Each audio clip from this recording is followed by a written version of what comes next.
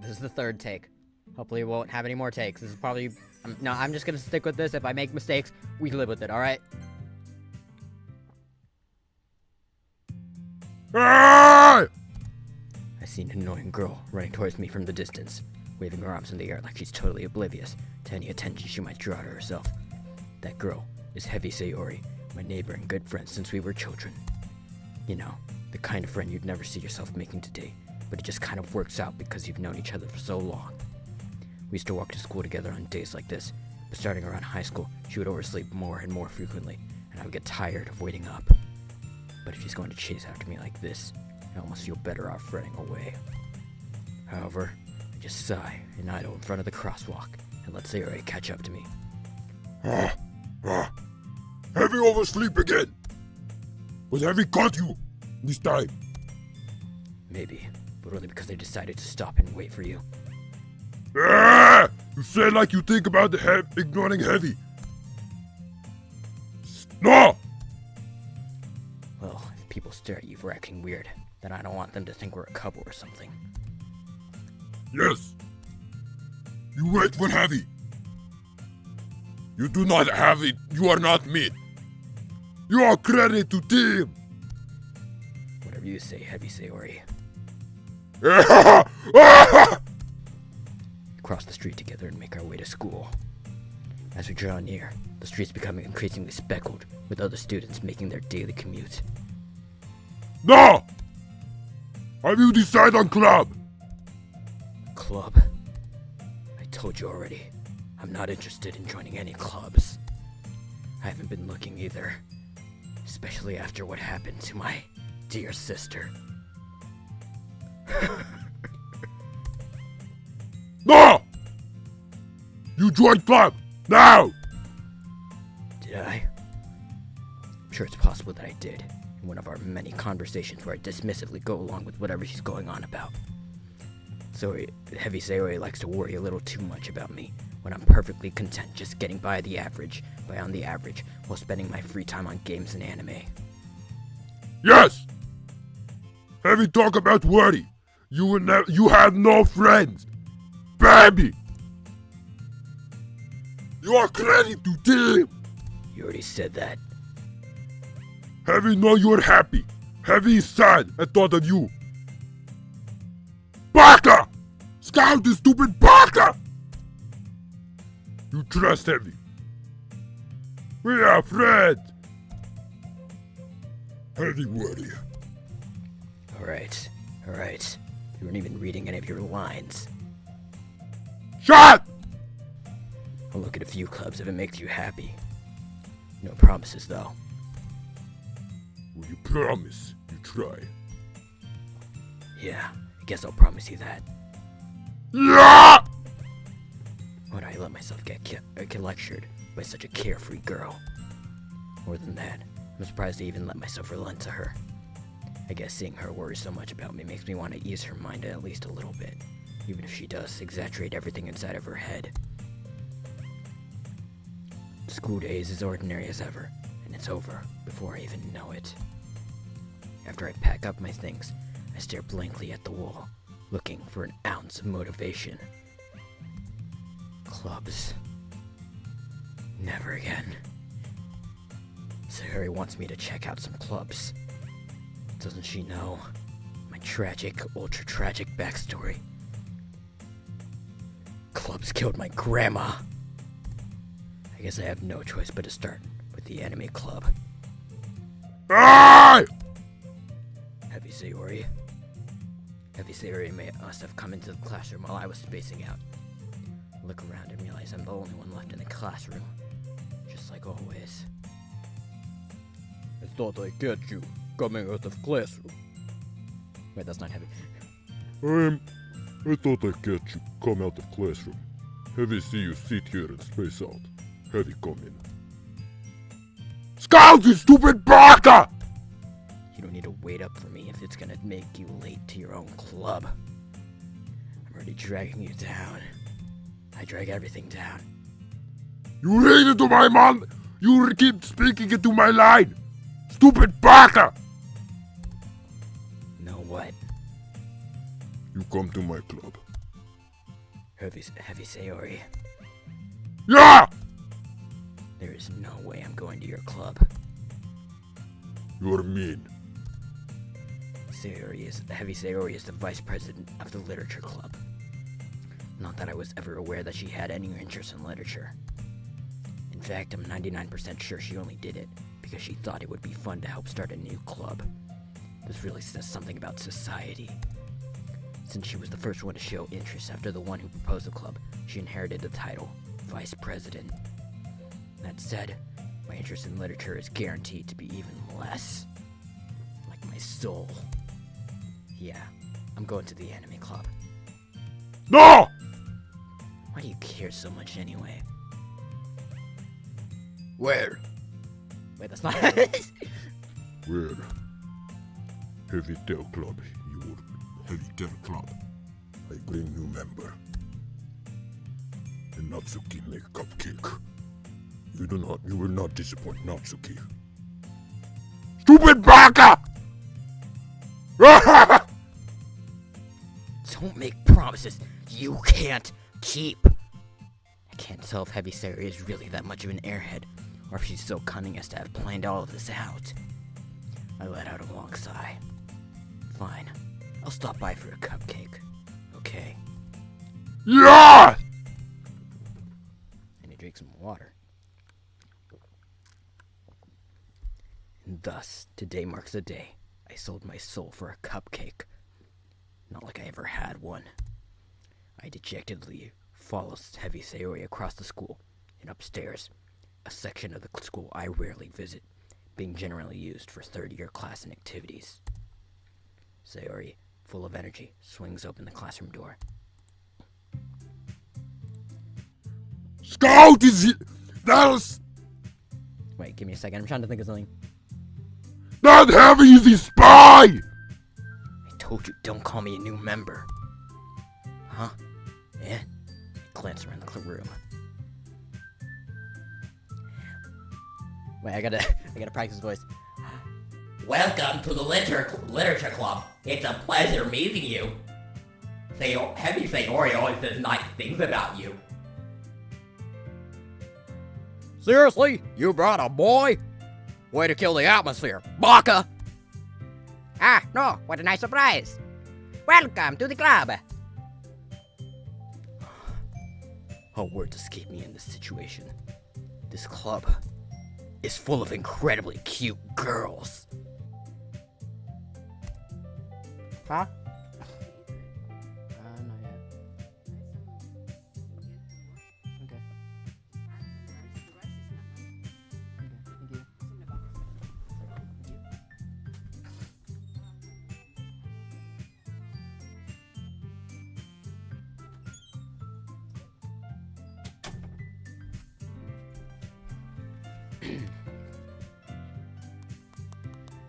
Hang on a second, I gotta set an alarm.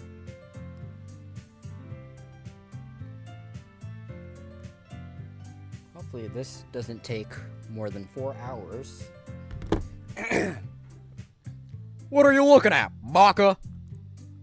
Oh, hold on. If you want to say something, say it, baka! Sorry. Natsuki? Oh. The girl with the sour attitude, whose name is apparently Natsuki, is one I don't recognize. Or should I say Goofsuki? Because it's goofy. I'm just gonna continue. Her small figure makes me think she's probably a first year. She's also the one who made cupcakes, according to Heavysayori. No! Sayori says that quietly, and Heavysayori says that quietly into my ear, then turns back towards the other girls. This is Goofsuki, full of energy. This is Goofsuki, full of energy. This is Jevyuri, smart in club. Don't say things like that. I can do anything! Jevyuri, who appears comparably more mature and timid, seems to have a hard time keeping up with people like Heavysayori and Goofsuki. Ah, well, it's nice to meet both of you. It's not like I'm gonna be here for long, though. You know. I'm trying to think of how I say this. No! No! Luigiika! That's alright. Yahoo! It's great to see you again, no? Monica smiled. Luigiika smiled sweetly. We didn't know each other. Well, we rarely talked, but we were in the same class last year. Luigiika was probably the most popular girl in the class. Smart, beautiful, athletic, and Italian. Basically, completely out of my league. And Italian. So having her smile at me so genuinely feels a little Italian. You too, Luigiika. No! Sit! Table! Now! Cupcake! Hey, I made them. I'll get them. Baka. No! Then how about I make some tea as well? Cause I can do anything! The girls have a few desks arranged to form a table. As I already mentioned, it's been widened so that there's one space next to Luigiika and one space next to Heavysayori. Goofsuki and Jevyuri walk over to the corner of the room, where Goofsuki grabs a wrapped tray and Jevyuri opens the closet. Sorry, it's gonna take a while for me to get used to those names. Still feeling awkward, I take a seat next to Heavysayori. Goofsuki proudly marches back to the table, tray in hand. Okay, are you ready? Baka. Ta-da! Ah! Goofsuki lifts the foil off the tray to reveal a dozen white, fluffy cupcakes decorated to look like little cats. The whiskers are drawn with icing, and little pieces of chocolate were used to make ears. Baka! I had no idea you were good at baking, Goofsuki. Well, you know. Just hurry and take one. Baka. Heavysayori grabs one first, then Luigiika. I follow. Yum! Heavysayori talks with her mouth full and has already managed to get icing on her face. I turn the cupcake around in my fingers, looking for the best angle to take a bite. Goofsuki is quiet. I can't help but notice her sneaking glances in my direction. Is she an enemy spy? Are they still after me after all these years? Is she waiting for me to take a bite? I finally bite down. Ooh. The icing is sweet and full of flavor. I wonder if she made it herself. I wonder if it's poisoned. This is really good. Thank you, Goofsuki.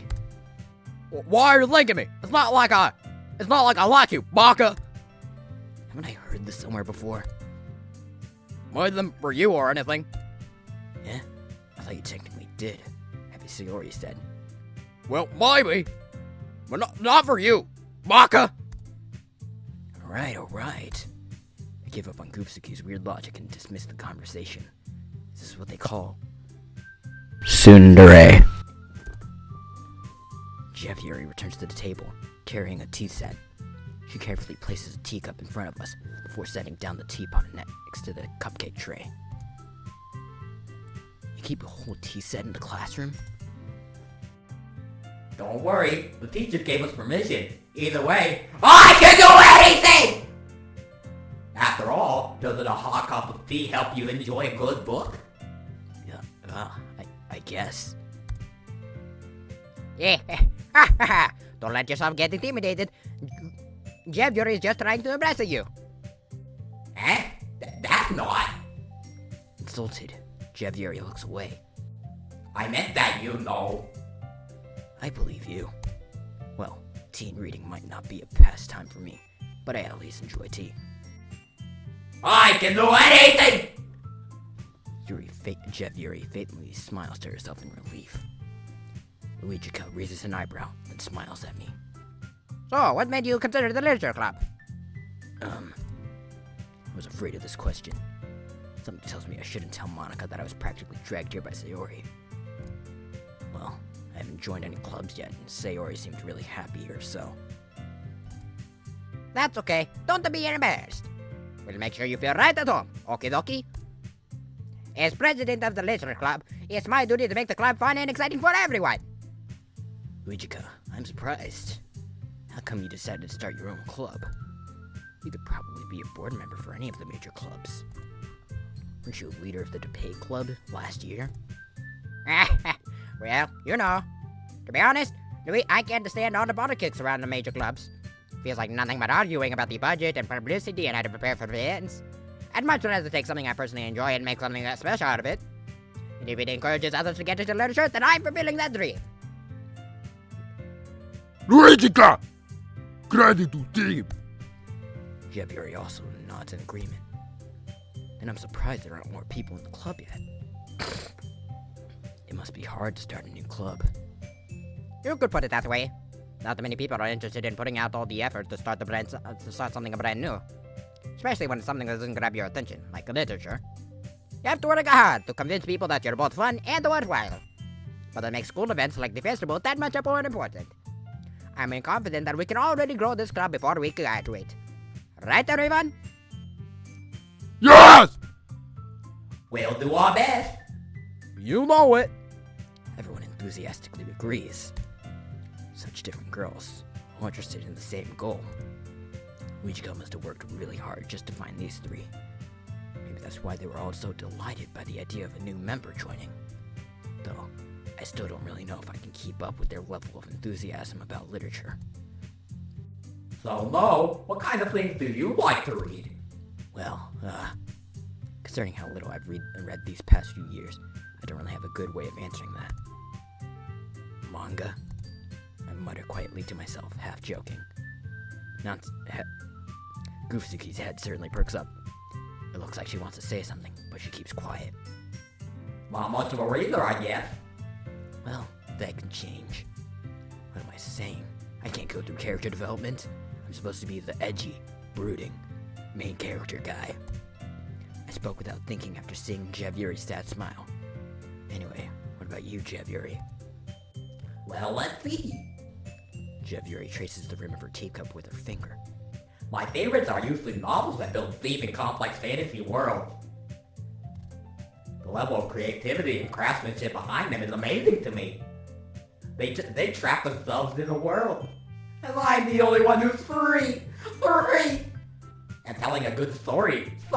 It's such a foreign world. World is equally impressive. I just remember my speaking quirk. Jevyuri goes on, clearly passionate about her reading. She seems so reserved and timid since the moment I walked in, but it's obvious by the way her eyes light up that she finds her comfort in the world of books, not people. But you know, I like a lot of things. Stories with deep psychological elements usually immerse me as well. Isn't it amazing how the writer can so deliberately take advantage of your own lack of imagination to completely throw you for a loop. Anyway, I've been reading a lot of horror lately.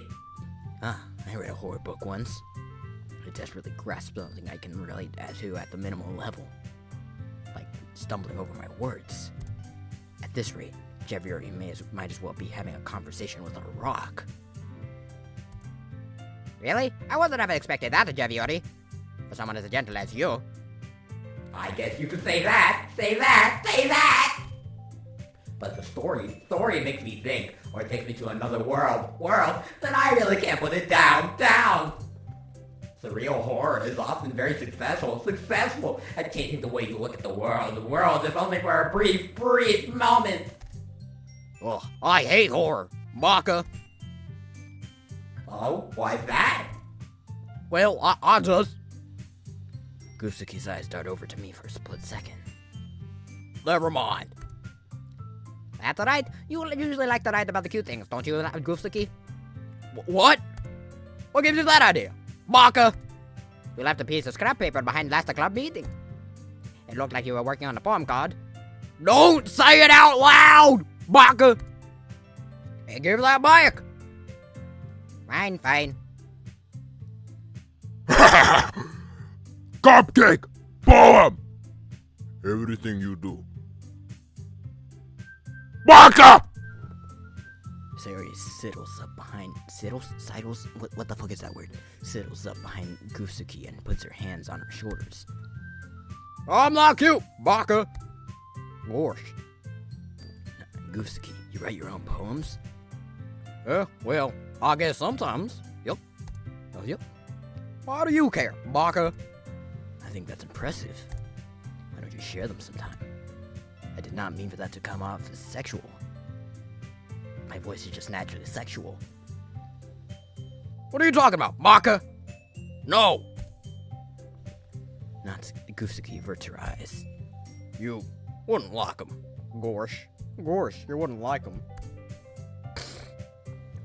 Not a very confident writer yet. I understand how Goofsuki feels. Sharing that level of writing takes more than just confidence.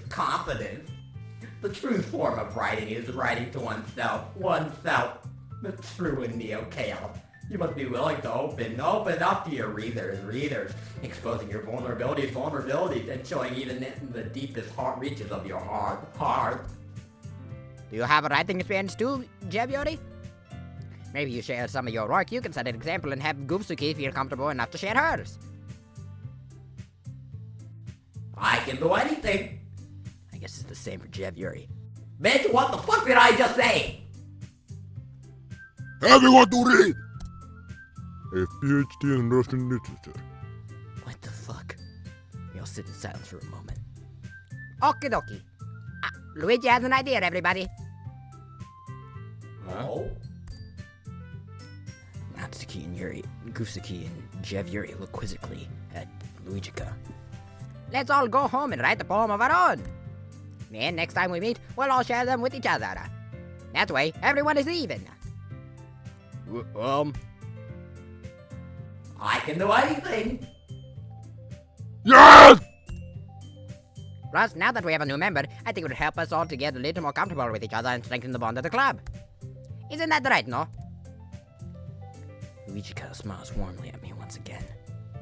Hold on, there's still one problem. What's that? Now that we're back to the original topic of me joining the club, I bluntly come forth with what's been on my mind the entire time. I never said I would join this club. Heavysayori may have convinced me to stop by, but I never made any decision. I still have other clubs to look at, and, I lose my train of thought. All four girls stare back at me with dejected eyes. But... I'm sorry. I thought. More! You all. I'm defenseless against these girls. How am I supposed to make a clear-headed decision when it's like this? That is, if writing poems is the price I need to pay in order to spend every day with these beautiful girls. Right. Okay, I've decided then. I'm not joining the literature club and closing the game. Wait, actually I should say it first before I do this bit. There we go, now we do the bit. That's how you do the bit. Make sure this is recording properly. Alright then. That's the bit. There we go. Yeah, I'm not editing this outside of the voices, so that's probably not gonna be as funny as comedic. Oh well, who gives a shit? I'll join the literature club. One by one, the girl's eyes light up. Yeah! Heavysayori wraps her arms around me, jumping up and down. Hey! You really did scare me for a moment. If you really just came for the cupcakes, I would be super pissed, Gorsh. Baka? Then that makes it official. Welcome to the literature club. Yahoo! Thanks, I guess. Okay, everyone. I think with that, we can officially end today's meeting on a good note. Everyone remember tonight's assignment. Write a poem to bring to the next meeting so we can all share. Luigiika looks over at me once more. No, I'm looking forward to seeing how you express yourself. Yeah? Can I really impress the class star Luigiika with my mediocre writing skills? I already feel the anxiety welling up inside me. Meanwhile, the girls continue to chit-chat as Jevyuri and Goofsuki clean up their food. No! We go! That's right. Heavysayori and I never walk home together anymore because she always stayed after school for clubs. Sure, might as well. Yeah! With that, the two of us depart the club room and make our way home. The whole way, my mind wanders back and forth between the four girls. Heavysayori, Goofsuki, Jevyuri, and of course, Luigiika. Will I really be happy spending every day after school in a literature club? Perhaps I'll have the chance to grow closer to one of these girls. Alright, I'll just need to make the most of my circumstances, and I'm sure good fortune will find me. I guess that starts with writing a poem tonight. It's time to write a poem. Pick words you think your favorite club member will like. Something good might happen with whoever likes your poem the most. Well, you know.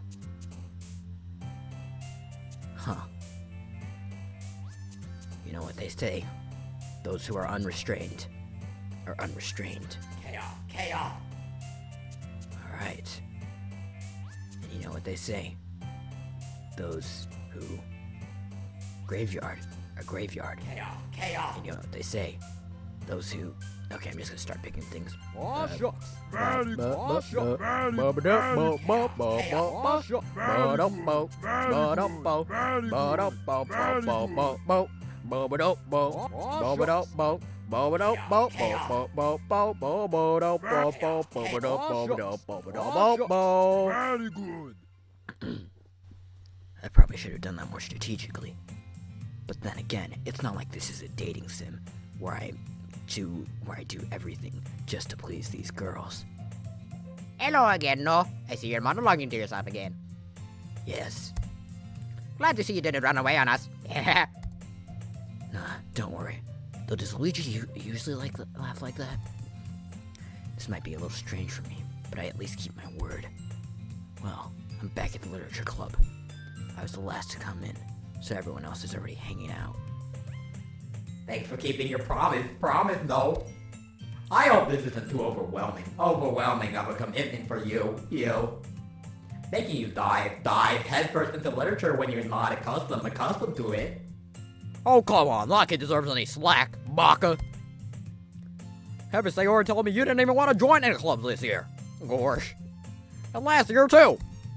I don't know if you plan to just come here and hang out or what, but if you don't take us seriously, then you won't see the end of it. Goofsuki, you certainly have a big mouth for someone who keeps her manga collection in the club room. But.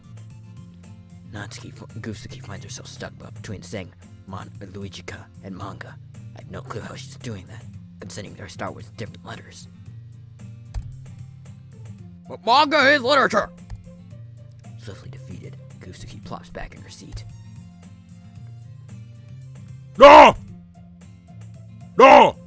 He's credit to team. No! Help!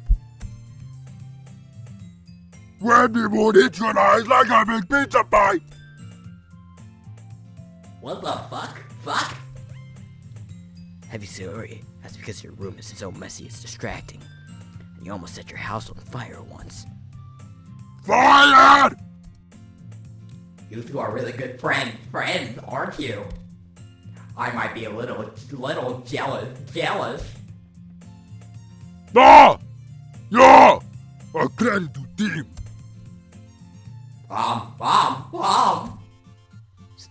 Heavysayori. What? As usual, Heavysayori seems oblivious to the weird situation she just put me into. Ah! Jevyuri. Credit to team. Well, wait, Sayori. Heavysayori. Huh? Me? Not really. No! You face like big Russian man. It's really nothing. Nothing matters. What is it? Never mind. Heavysayori made it sound like a big deal when it's really not.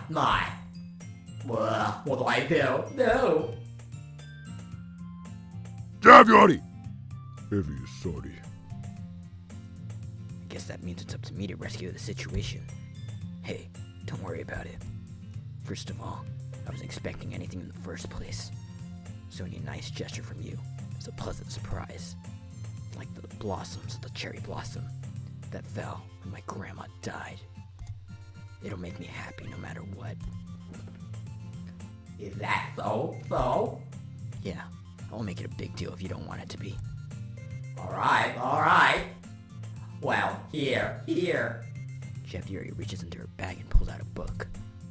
I didn't want you to feel left out. So I picked out a book that I thought you might enjoy. It's a short read, so it should keep your attention, even if you don't usually read. And we could, discuss it if you wanted.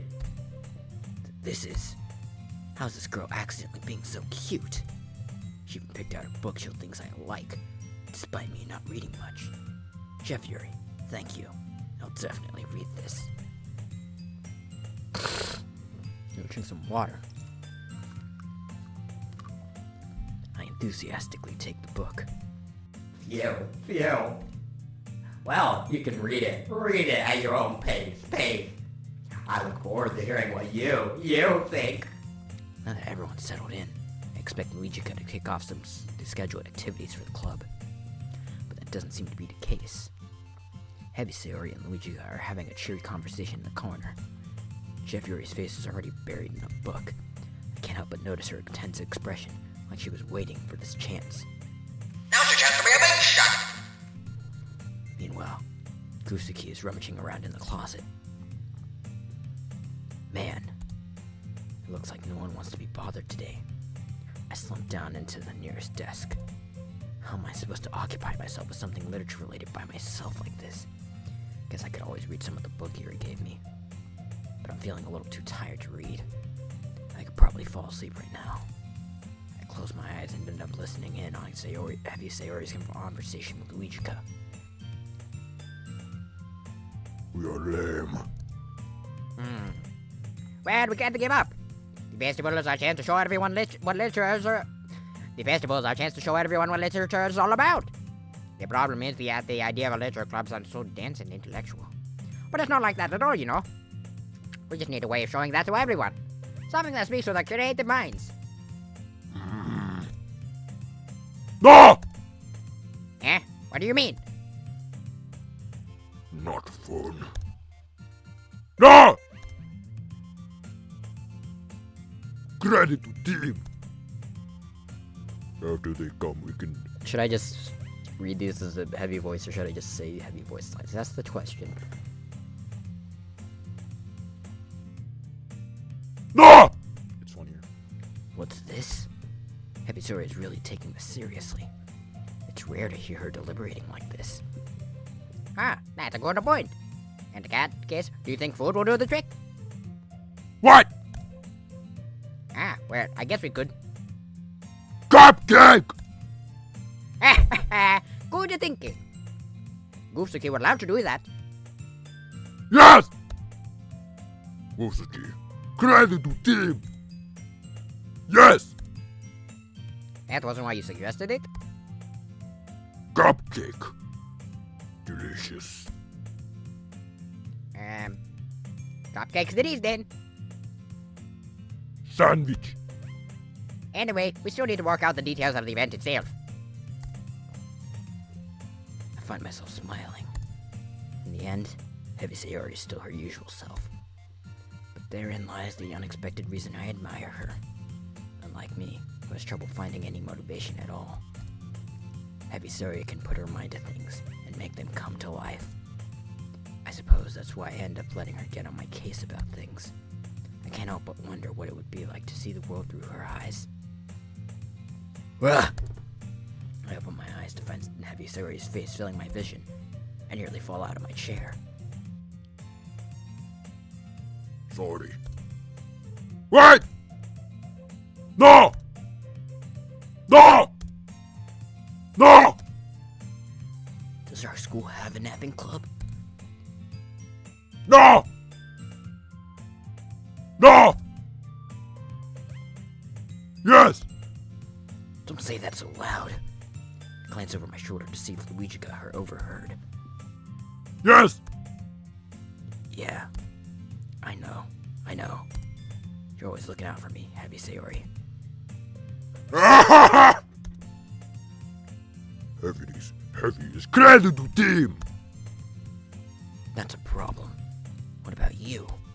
You look out for me better than you look out for yourself. You're still oversleeping every day, aren't you? Yeah? No! It's not very convincing. How many days this past week have you gotten up on time? No! No! I knew it.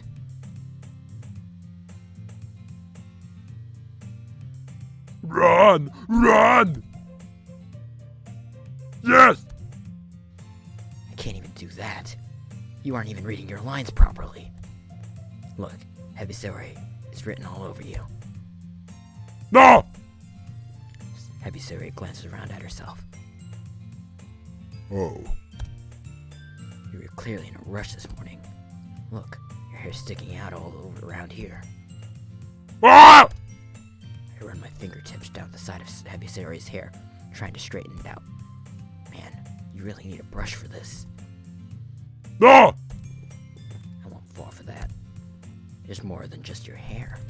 Look, your bow isn't straight either. It's gay. And there's a toothpaste stain on your collar right here. I try to wipe off the stain with my finger. No!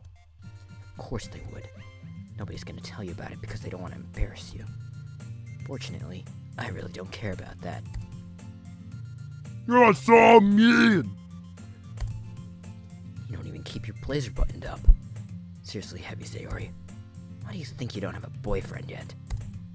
Medic! Scout is so... You are so mean! Sorry, but you'll thank me later. I start to button her blazer up from the bottom, but it doesn't change on her outfit, because this is a visual novel, and visual novels usually don't change outfits for something as small as that. Once you see how much better it looks, you'll change your mind. Oh wait, never mind, I guess we do get a visual novel. Okay, whatever. It's funny to me. What is? Well... You are credit to team. Eh? Don't say that. You'll make me feel weird about it, stupid. Scout is stupid baka! We are a good friend. This is not a heavy voice line. Go! Ah. I guess. Careful. No! Why is this one so hard to close? I struggle to fully close the button near her chest. Does this thing even fit you properly?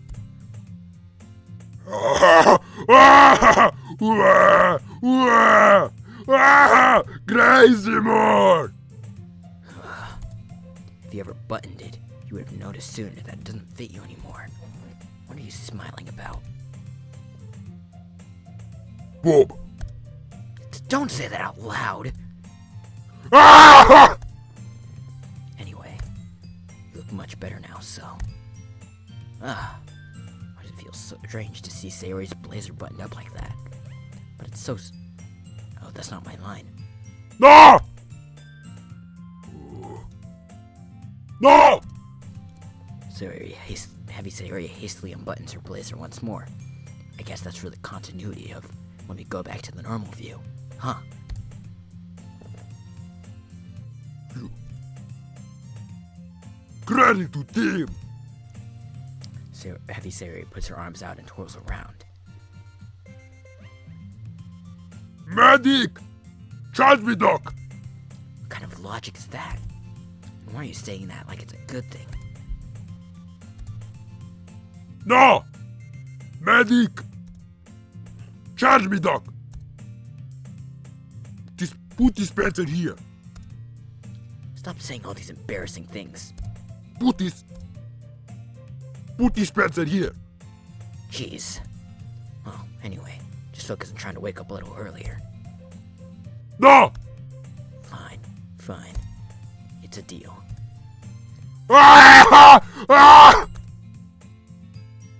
We are credit to team. We're a good team. Yeah, I guess so, huh? Heavy wrote this song for Christian youth. Heavy want to teach them all Christian truth. If you want to reach our kids on street, have to sing rap to hip hop it. Heavy gives sermon, urban kick, rhymes are fly, beats are sick, crew is big and keeps getting bigger. That's because Jesus Christ is every weapons guy. You're doing it again, Heavysayori. It's funny to me. Man, it's impossible to tell with you sometimes. Okie dokie, everyone. Eh? Luigiika suddenly calls out. Why don't we start sharing Why don't we share the poems we wrote now? Yeah! No! Yeah, same. I fail to sound enthusiastic, but Heavysayori still trots away to retrieve her poem. By the way, did you remember to write a poem last night? Yeah. Contrary to what my name may say, I do say yes sometimes. My relaxation ends. I can't believe I agreed to do something so embarrassing. I couldn't really find much inspiration since I've never really done this before. Well, now that everyone's okie dokie, why don't you find someone to share it with? Yeah! Heavysayori and Luigiika enthusiastically pull out their poems. Heavysayori's is on a wrinkled sheet of loose leaf torn from a spiral notebook. On the other hand, Luigiika wrote hers in a composition notebook. I can already see Luigiika's pristine handwriting from where I sit. Goofsuki and Jevyuri reluctantly comply as well, reaching into their bags. I do the same myself. Who should I show my poem to first? That's a great question, though. Well, you know what they say, when all else fails, pull up the random number generator. Yeah, pull up the random number generator, baby. Random dice. Alright, roll the dice! 4, okay. It's just Luigiika. I should start with Luigiika. Yesterday she seemed eager to read my poem, and I want her to know I'm putting in the effort. You know. Having a good time so far? Yeah. Good. Glad to hear it. By the way, since you're new and everything, if you ever have any suggestions for the club, like new activities or things we can do better, I'm always listening. Don't be afraid to bring them things up, okie dokie? Alright. I'll keep that in mind. Of course, I'll be afraid to bring things up. I'm much better off just going on with the flow until I'm more settled in. Anyway, want to share your poem with me? It's kind of embarrassing, but I guess I have to. Don't worry, no. We're all a little embarrassed today, you know. But it's that sort of barrier that we'll all learn to get past soon. Yeah, that's true. I hand Luigiika my poem. I like this one. It makes me think of something Sayori would like. Is that so? You and Heavysayori are really good friends, right? I wouldn't be surprised if you had these sorts of things in common. Well, maybe good friends, but Heavysayori and I are actually really different.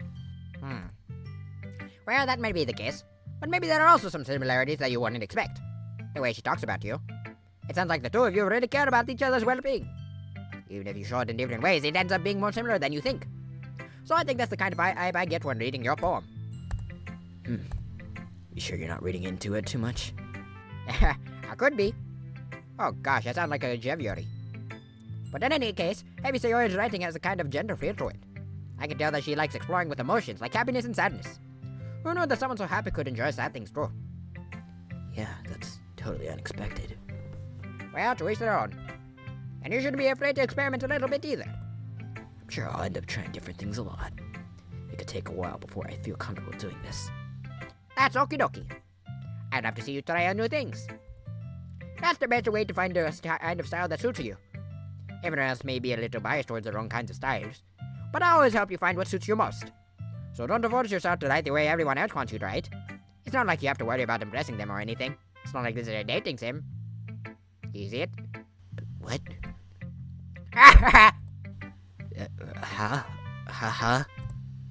Anyway, you want to read my poem now? Don't worry, I'm not very good. You sound pretty confident for someone who claims to be not very good. Well, that's because I have to sound confident. That doesn't mean I always feel that way, you know. Oh boy. I see. see. I'm scared of a ghost. Well, let's read it then. All in the world. You couldn't have been me. See the direction that spackle protrudes?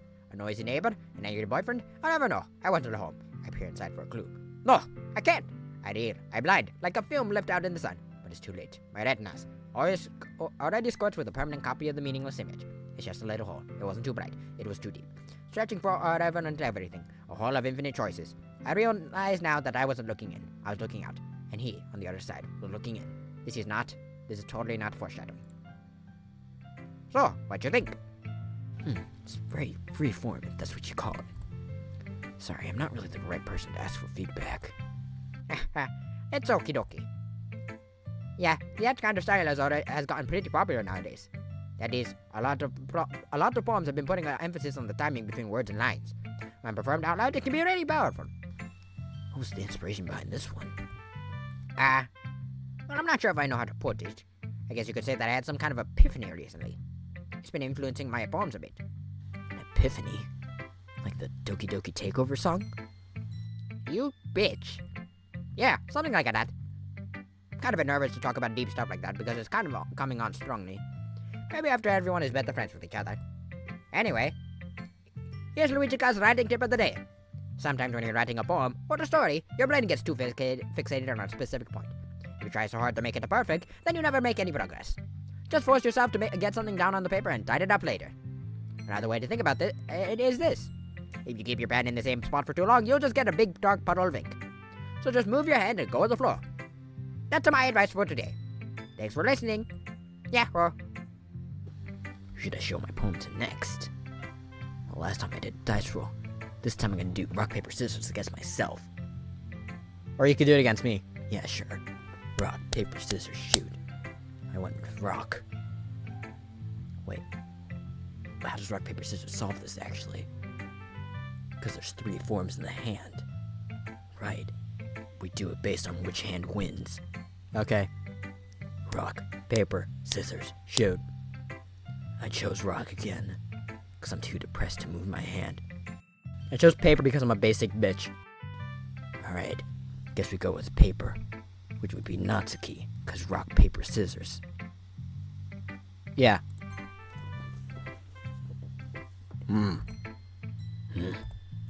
Well, it's about what I expected for someone like you. That's a little blunt. Well, excuse me. It's not like I said it was bad. Yuck. It just didn't invoke any emotions. So, basically, it's not cute enough for your taste. Do you want to get smacked? Gosh. I'll pass. Oh. Well, anyway, I guess I need to show you mine. Baka! Not that you like it. Baka! Eagles can... Let me try and get into the goofy voice. I gotta figure out how to do that again. Gosh, Mick. Gosh, Mick. Eagles can fly. Monkeys can climb. Crickets can leap. Horses can race. Owls can seek. Cheetahs can run. Eagles can fly. People can try, but that's about it. Yeah. I told you that you weren't gonna like it. I like it. What? Just be honest. I am. Are you so convinced that I wouldn't like it? Well, because it's not like I like it, Baka. Everyone in high school thinks that writing has to be all sophisticated and stuff. So people don't take my writing seriously. Gosh, Mick. Gosh, Mick. But isn't the point of poems for people to express themselves? Your writing style wouldn't make your message any less valid. Yes, exactly. I like it when it's easy to read, but it hits you hard. Like in this poem. Seeing everyone around you do great things can be really disheartening. So I decided to write about it. Yup. Yeah, I get it. I understand. Well, the other nice thing about simple writing is that it puts more weight on the wordplay. Like I set up for a rhyme at the end, but then made it fall flat on purpose. It helps bring out the feeling in the last line. So you did. I guess more went into it than I realized. Because I'm doing this voice acting thing, and it's kind of hard to really appreciate the poetry when you're voice acting and you're worrying about getting everything, like reading everything in a timely manner. What the fuck are you talking about? That's what it means to be a pro. I'm glad you learned something, Mick. Didn't expect that from the youngest one here, did you? Yeah, I guess not. But I'm not Mick. I'm No. I decided to humor her with that last comment. I don't really care how old everyone is, but if Goofsuki is feeling proud, then I won't take that away from her. Wait a second, isn't Goofy supposed to be a dad or something? Whatever. Who should I show my poem to next? Well, I'm gonna look for a coin, actually. I have a coin on my desk. Yeah, I have a coin. Okay, cool. This works out. Okay, heads is gonna be not Sayori. Tails is gonna be Yuri. It landed on heads, so we're going to Heavysayori. No! No! Very good. Eh? Yes! Your credit to team. Heavysayori. You must be seriously overreacting. I'm not a good writer at all. I honestly have no idea what I'm doing. No! Yes! Your credit to team. Jeez. I'm sure Jevyuri's opinion has to be a little more constructive than this. Are you sure you don't like it just because I wrote it? No! We're a good team. No! No! No! Credit to team. Banana! Heavysayori hugs the sheet against her chest. You're so weird, Heavysayori. Ah! We're a good team. Sandwich. Not to mention the fact that I'm standing in front of you in the club room. Also, you're just saying random heavy lines now. Ah, well, of course. I'm not really into it yet, but that doesn't mean I'll break my promise. Yes! No! You are not mean! No! We're a good team! Thanks, Heavysayori. I'm not sure if Heavysayori sees the full picture of my motive here. Then again, I can't deny that she's part of the reason I joined, knowing how much this means to her and all. Yes! Wah! Wah! If you have to meet one nook and outsmart bullet. Alright, I'm gonna hold you to that then. Yeah! Yo! Yes, yo! You're read! Ah! We'll see about that. Okay, I'm gonna do this in actual voice. I am heavy. Dear sunshine, the way you glow through my blinds in the morning, it makes me feel like you missed me. Kissing my forehead, you help me out of bed. Should I be doing this in the loud voice? I'm gonna do the rest in loud voice. Are you asking me to come out and play? Are you trusting me to wish away a rainy day? I look above, sky is blue, it's secret, I trust you too. If it wasn't for you, I sleep forever. I am not mad, I want breakfast. Heavysayori. This is just a guess, but did you wait until this morning to write this? No! Yes! You can't answer just a little bit to a yes or no question. No! Well, at least that makes me feel a little better about myself. It is good day to be not dead. Yeah. I didn't mean to say that it was a bad poem. Came out nice, or how should I put it? Sounds just like you. Yes! Yeah. Especially that last line. Sandwich. Even though you were late to school? Sandwich. Banana! Well, I guess there's no point in arguing. Anyway, thanks for showing me. Ah! Very good. Luigiika is credit to team. Yeah. No! Yes! Heavy is credit to team. Well, I guess I look forward to it. Who should I show my poem to next? What a selection of selections.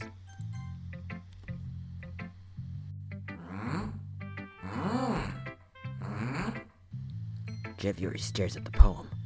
A minute passes, more than enough time for her to finish reading. Oh, sorry. I forgot to start speaking. It's fine. Don't force yourself. I'm not.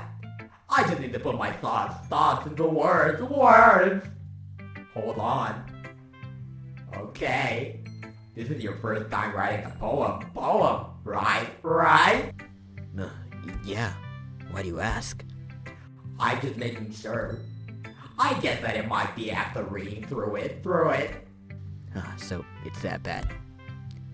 No. Did I just raise my voice? Oh, I'm so sorry. You don't sound sorry at all. Jevyuri buries her face in her hands. I couldn't help but notice it's been several minutes and we really haven't gotten anywhere. It might take Jevyuri a while to get used to new people. It's fine. I really didn't notice. What were you saying? Right, it's just that there are specific writing habits that are usually typical of new writers. And having been through that myself, I kind of learned to pick up on them. And I think the most noticeable thing I recognize in new writers is that they try to make their style very deliberate. In other words, they tend to make a writing style separate from the topic matter, then they aim for and fit the two together. The end result is that both the style and the expressiveness are weakened. Once Jevyuri finds her train of thought, it's as if her demeanor totally changes. Her stammering is completely gone, and she sounds like an expert, outside of the fact that she keeps repeating words. Of course, that's not something you can be blamed for. There's so many different skills and techniques that go into writing even a simple poem. Not just finding them and building them, but getting them to work together. Together is probably the most challenging part. It might take you some time, might take you some metamorphosis, but it all comes with practice, and learning by example, and trying new things. I also hope that everyone else in the club gives you valuable feedback. Natsuki can be a little bit biased though. Biased? How? Well, never mind. I shouldn't be talking about people like that. Sorry. It's fine. I'm not sure if Jevyuri is apologizing to herself, to me, or to Goofsuki, or if she's just apologizing in a sarcastic way to be a bitch. Do you mind if I read your poem now? Please do. I'd love to share my thought process behind it. Jevyuri smiles dreamily, as if there's a rare opportunity for her. As if that's a rare opportunity for her. I don't know how to read, apparently. Which itself is kind of funny. After all, isn't this supposed to be a literature club? Wait, I don't know what's happening. What happened again? Okay, that's what's happening. Ghosts under the light. The tendrils of my hair illuminate beneath the amber glow. Bathing. It must be this one. The last remaining street light that have withstood the test of time. The last yet to be replaced by the sickening blue-green hue of the future. I bathe, calm, breathing air of the present, but living in the past. The light flickers. I flicker back. I can do anything! I'm sorry, I have such a terrible handwriting. What? It sounds like she's sarcastic with how she keeps saying things. I wasn't thinking that at all. I was thinking you have a big head. But it took you a long time to read. Well, I just don't read script very often. I actually think your handwriting is pretty. That's a relief. Also, I like the poem. Even though it's short, it was really descriptive. It wasn't too short. I usually write longer poems. Not at all. I'm really glad you like it. I'll be honest. since it's our first time sharing, I want to write something a little more mild. Something easy to digest, I guess. I suppose. I read that wrong. Because I could do anything! Are you into ghosts, Jevyuri? Ho ho. Actually, the story isn't about a ghost at all. No. Really? I must have totally missed the point. Well, I suppose you did. You only glance over it after all. Oh. But remember that poets often express their own thoughts, feelings, and experiences in their work. They usually do more than tell a simple story or paint a picture. In this case, perhaps the subject of the poem is only being symbolically compared to a ghost. Lingering in her last remaining place of comfort, unable to let go of the past, and soon to be left with nothing. That's a lot more solemn putting it that way. I hadn't even thought of it that way. That's impressive. It's nothing, really. It doesn't sound like nothing the way you're putting it. Well, it makes me happy that you think that. Just remember that it won't be long before you pick up on these things too. You're taking choo-choo. Yeah, maybe you're right. I guess I'll have to keep trying. I'm counting on you. It's a simple numbers game after all. I'm spitting all over this microphone. Phew. Microphone still on? Okay, good. Phew. I guess that's everyone. I glance around the room. That was a little more stressful than I anticipated. It's as if everyone is judging me for my mediocre writing abilities. Even if they're just being nice, there's no way my poems can stand up to theirs. This is a literature club, after all. I sigh. I guess that's what I ended up getting myself into. Nothing ever really changes, does it? It's always the same situation. Over and over again. Unchanging. I'm always in a cage. No matter what. Across the room, Heavysayori and Luigiika are happily chatting. My eyes land on Jevyuri and Goofsuki. They gingerly exchange sheets of paper, sharing their respective poems. As they read in tandem, I watch each of their expressions change. Goofsuki's eyebrows furrow in frustration. Meanwhile, Jevyuri smiles sadly. What's with this? Gosh, Mick, what's with this language? Did you say something? Oh, it's nothing. Goofsuki dismissively returns the poem to the desk with one hand. I guess you could say it's fancy. Thanks. Yours is cute. Cute? Did you completely miss the symbolism or something? Baka? Gosh, it's clearly about the feeling of giving up, Mick. How can that be cute? I know that. I just mean the language, I guess. I was trying to say something nice. What? You mean you have to try that hard to come up with something nice to say? Thanks, but it didn't really come out nice at all, Baka.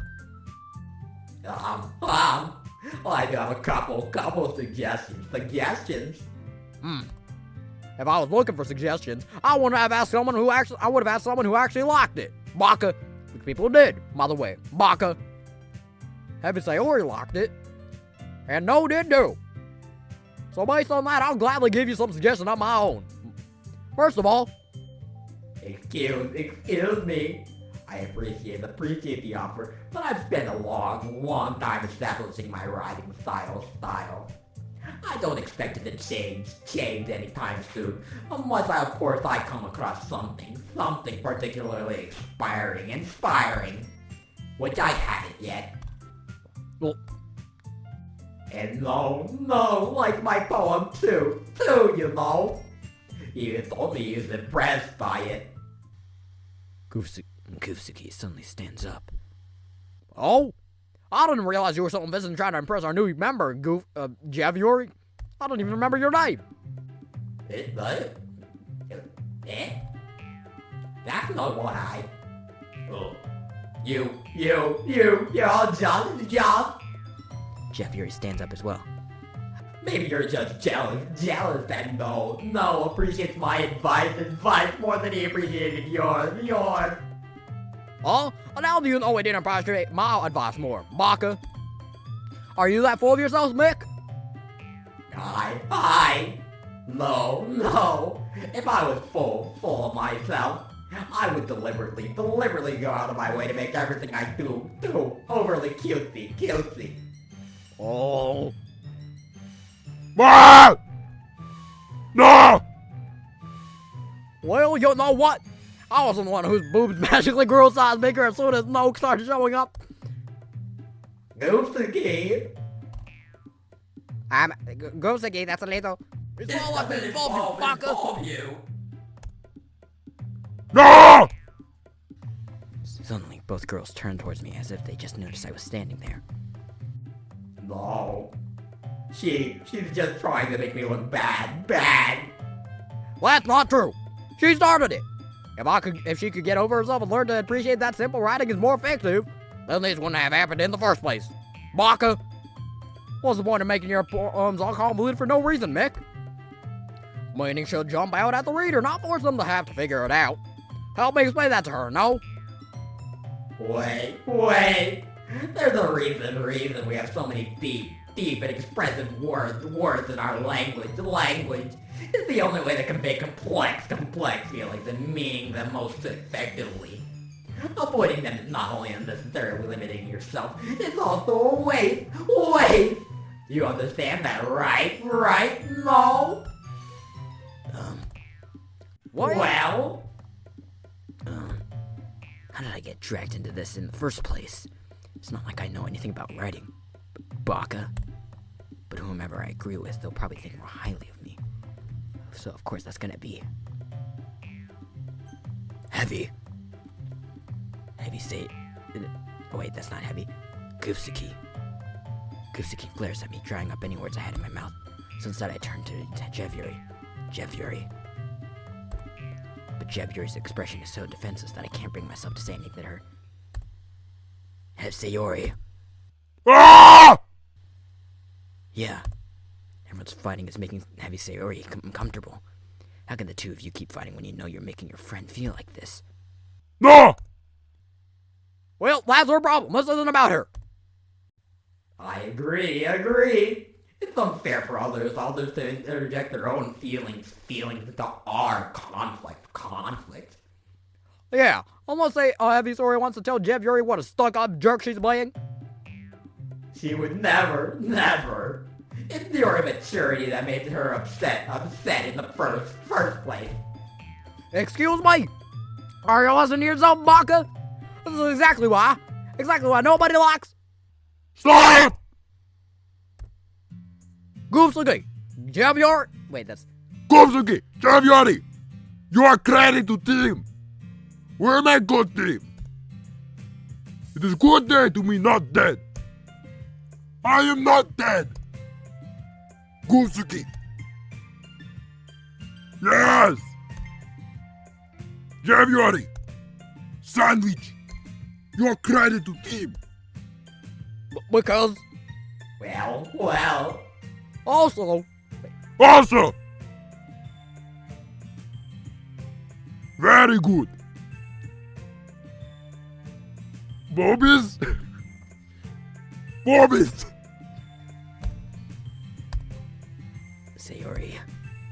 Heavysayori stands triumphantly. Luigiika stands behind her with a bewildered expression. I'll make some tea. You're taking two. You're taking tea. Jevyuri rushes off. Goofsuki sits down with a blank expression on her face, staring at nothing. So this is why Heavysayori is vice president. I whispered to Luigiika. She nods in return. To be honest, I might come off as a good leader and I can organize things, but I'm not very good with people. I couldn't even bring myself to interject. Yes, President, that's a kind of embarrassing of me. Nah, it's not like I can blame you. I wasn't able to say anything either. Well, I guess that just means Heavysayori is amazing in her own ways, isn't she? You could say that. She might be maybe an airhead, but sometimes it's really suspicious that she knows exactly what she's doing. I see. Take good care of her, Okie dokie. I would hate to see her get herself hurt. That makes two of us. You can count on me.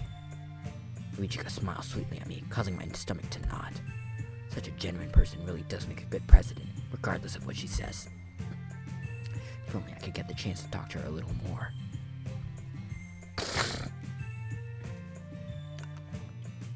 Okie dokie, everyone. It's just about time for us to leave. How did you all feel about sharing bombs? Very good. Well, I'd say it was worth it. It was alright. Mostly. Noah, how about you? Yeah, I'd say the same. It was a neat thing to talk about with everyone. Awesome. That's okie dokie. That's awesome. In that case, we'll do the same thing tomorrow. And maybe you learned something from your friends too. So your bombs will turn out even better. I don't know. I guess that Jevyuri has really big boobs, apparently. I think to myself, I did learn a little more about the kinds of poems everyone likes. With any luck, that means I can do at least a better job impressing those I want to impress. I nod to myself with newfound determination. No! Where my good team? Sure, let's go. Ah! Heavysayori beams at me. Surely it's been a while since Heavysayori and I have spent so much time together. I can't really say I'm not enjoying it either. Heavysayori, about what happened earlier. What? You know, between Jevyuri and Goofsuki. Does that kind of thing happen often? No! No! No!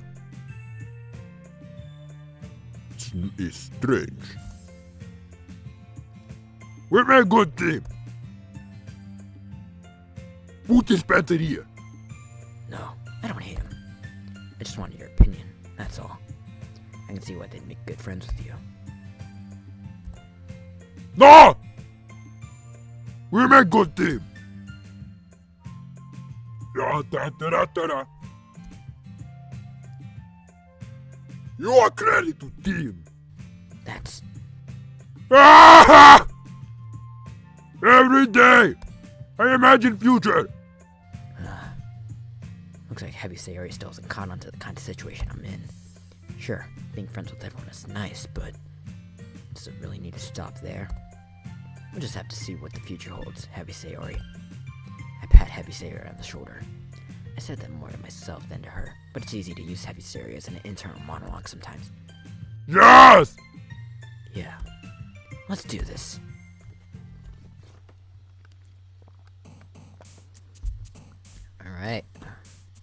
Alright, let's choose something. Chaos.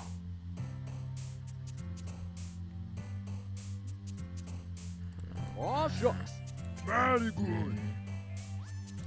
Chaos. I'm getting a lot of Jevyuri. I'm getting a lot of Jevyuri. Sorry, I'm supposed to do the voice. Chaos. Yeah. Very good. Chaos. Oh, Doki shucks. Doki! Oh, shucks. Chaos. I thought that was good Monica. Whatever. Oh, shucks. Chaos. I'm getting a lot of, Very good. Chaos. okay, Chaos. oh, shucks. Hello. Chaos. Was that a little jump? Oh, shucks. Another day passes, and it's time for the club meeting already. I've gotten a little more comfortable here over the past couple of days. Entering the club room, the usual scene greets me. No! Yo, Heavysayori. I don't know why I said yo, because it's not like I'm the type of person to say yo, because saying yo is a totally unedgy thing to say. Looks like you're in a good mood today. Ah! No! I see. It's a pretty simple thing to get you in a good mood, but I guess it's always the simple things with you anyway. Sandwich. Banana! No thanks. Eh? No! I have my reasons. Why don't we take a look at your purse, Heavysayori? Nani? But why? No reason, really. I just wanted to look at it. Ah! Heavysayori nervously retrieves her coin purse. She fumbles with the latch and gets it open. Then she turns it upside down and lets its contents spill onto the desk. Only 2 small coins fall out. Ah! I knew it. I could see right through you, Heavysayori. No! No! It's simple. If you had enough money in the first place, you would have bought a snack before coming to the club room. So either you're not hungry and want an excuse to take a walk, or you plan to conveniently forget that you spent all your money so that I would lend you some. I'm tripping over my words. But there's one more thing. You're always hungry. And so that only leaves the other one option. Ah! No! I am dead! If you feel guilty, that means you deserve to feel guilty.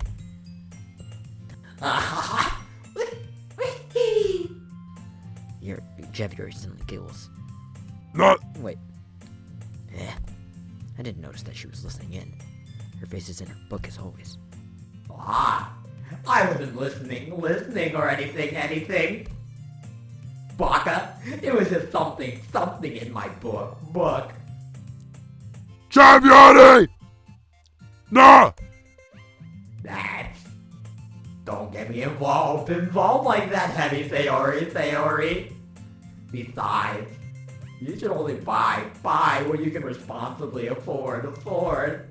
And frankly, after pulling a mischievous little stunt like that, you're suffering is fair enough retribution. What? I didn't mean that. I got too absorbed into my book. Oh. Ah! Jevyuri is credit to team. Yes. That? There's no way you can think that. Yes. I am dead. Retribution! Nani? Still coming from you, Heavysayori. I guess there's a little devil inside all of us, isn't there? Ah! Don't let her fool you. Heavysayori knows exactly what she's doing. After all, she told you guys she was bringing me to the club before she even told me. Nani? No! Cupcake! Goofsuki is credit to team. Come on, give me more credit than that, Heavysayori. Ah! Oh, what the fuck?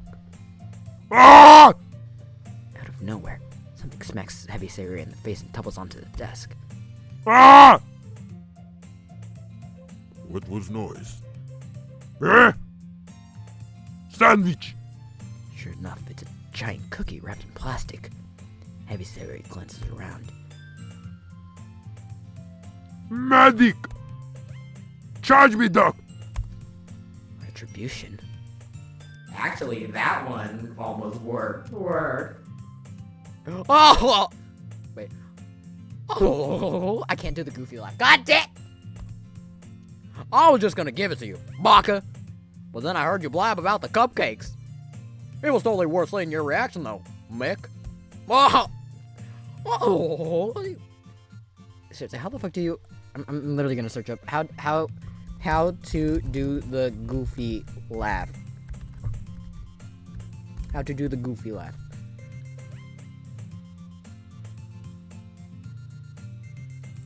Can you laugh like Goofy?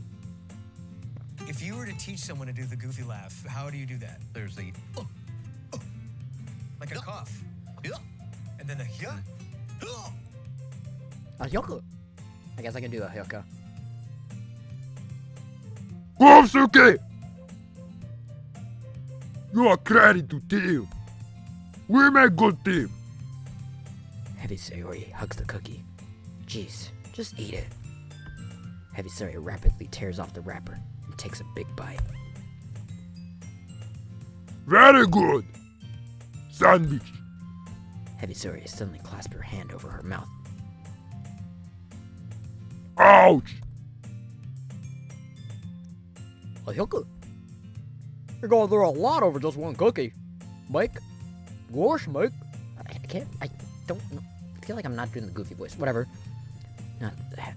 Goofsuki takes a bite of her own cookie. Ah, Very good. Magic. Jeez. Beggars can't be choosers. Sandwich. Yeah, why'd you think I gave you that one? Yes. You are so nice. You are good. You are credit to team. Ah! Heavysayori gets out of her seat and goes behind Goofsuki, then wraps her arms around her. Oh, jeez. I'll get it. Cookie still in hand, Goofsuki reaches up to nudge Heavysayori off of her. More. Heavysayori suddenly leans down and takes a bite out of Goofsuki's cookie. Oi! Did you seriously do that, Baka? Ah! Mouthful, Heavysayori trots away to safety. Jevyuri and I laugh as well. Jeez, you're such a kid sometimes, Maxie. Luigiika, can you tell Heavysayori? Wait. Now, Goofsuki glances around. Luigiika isn't in the clubroom? Wait, was that clubroom or was that classroom? Wait. Clubroom, okay. Wait, hold on, I gotta get some more water, my throat hurts.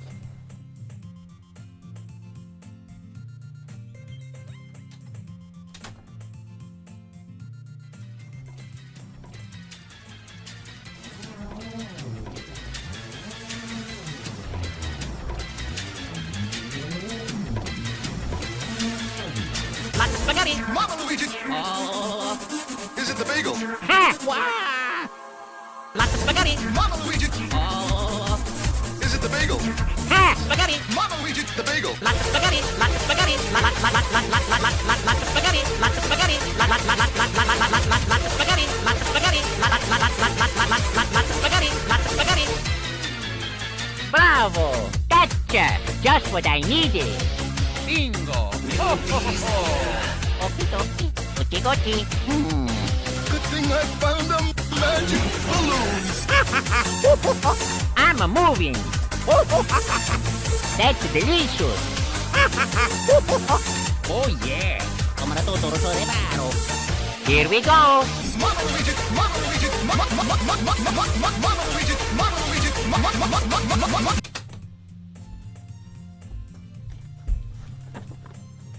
Baka! Where's Luigiika anyway? Where's Luigiika anyway? Good question. Have any of you heard anything about her being late today? No. Yeah, haven't either. That's a bit unusual. Luigiika is credit to team. Of course she's okay, Baka. She probably just had something to do today. She's pretty popular after all. What? No! No! Magic!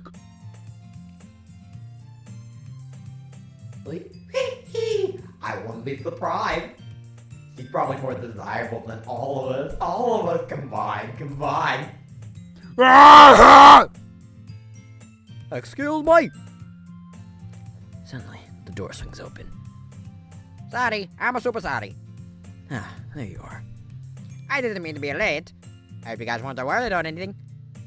What? Luigiika! Magic! Charge me, Doc! Boyfriend? What on earth are you talking about? Luigiika quizzically glances at me. Nah, never mind that. What held you up anyway? I've been going for an hour apparently. Okay, this is gonna be... I'm probably gonna split this into several parts then. Okay, then. Well, my last period today was study hall. To be honest, I kind of just lost track of time. That makes no sense, though. You would have heard the bell ring at least. I must not have heard it then, since I was practicing piano. Piano? I wasn't aware you played music as well, Luigiika. I don't really. I kind of just started recently. I was wanting to learn piano. Very good. We make good team. That's, Luigiika looks at me. Maybe once I get a little bit better, I will. Yeah! That sounds cool. I'd also look forward to it. Is that so? In that case, I won't let you down, no? Luigiika smiles sweetly. Ah, I didn't mean any pressure or anything like that. Don't worry. I've been practicing a whole lot recently, and I'd really love the chance to share it once I'm ready. See. In that case, best of luck. Thanks. So I didn't miss anything, did I? No, not really. And just to leave out Heavysayori's mischievous escapade, I'm sure Goofsuki will end up complaining to her anyway. Looks like everyone has already settled down. Heavysayori has somehow already finished her entire cookie. Jevyuri is back to her book, and Goofsuki disappeared into the closet. No! No! Heavysayori suddenly comes up to me. Sandwich. Put this better here. Supplies? What for? Teleporter. Put teleporter here. Need teleporter. Put dispenser here. Ah, I see. Sure, I'll go with you. Yeah! Luigiika! I am not dead. Ah, are you going with the note to get the supplies? There's no need to trouble yourself. I'd be happy to go with him. Ah! Ah! Hehe, okie dokie. It was just a suggestion. See if you can find poster paper too, okie dokie. Yeah! No! Yeah, let's go. Heavysayori and I exit the clubroom. I follow behind as Heavysayori hums and skips around the hallway. Honestly, feels like I'm taking a kid to the mall or something. Heavysayori finds pleasure in the simplest things sometimes.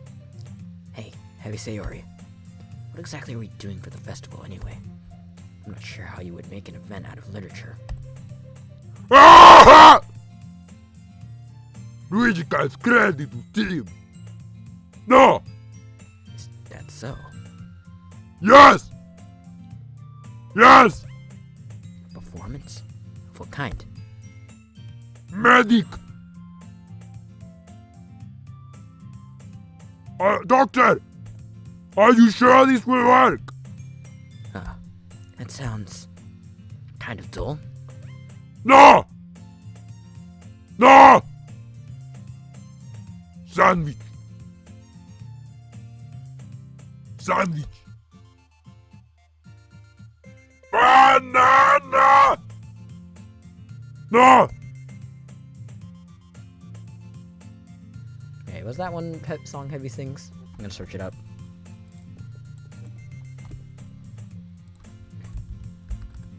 Heavy weapons guy sings.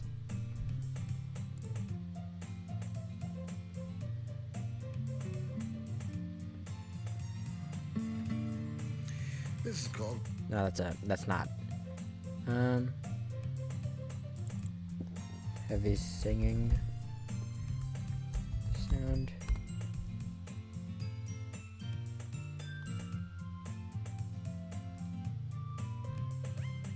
I could have sworn that Heavy like sang a song like.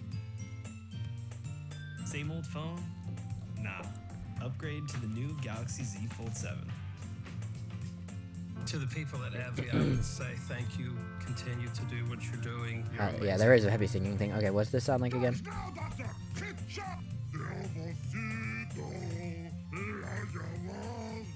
Robocito, Robosato. Okay, that's not good. Whatever. It's good day to be not dead. How? You are dead. I am dead. Yeah. Bum bum bum bum bum bum. Huh? The Heavy is dead. Yes. I am dead.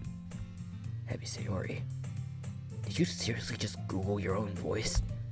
How do I put this? I'm sure it's just me, but it's impossible for me to take you seriously when you talk like that. Nani? You are so mean. Heavy is credit to team. Ah, I know. I just meant that it's a pretty unordinary contrast to your cute self.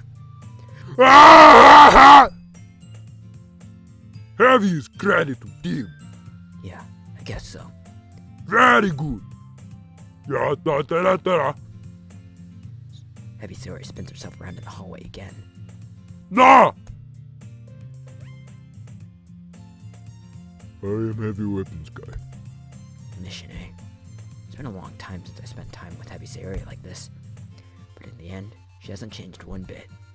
She's nothing but a ball of sunshine, drawing happy vibes from the world around her. It's a pretty nostalgic feeling for me. As the years went by, I began to hole myself up in my room more and more.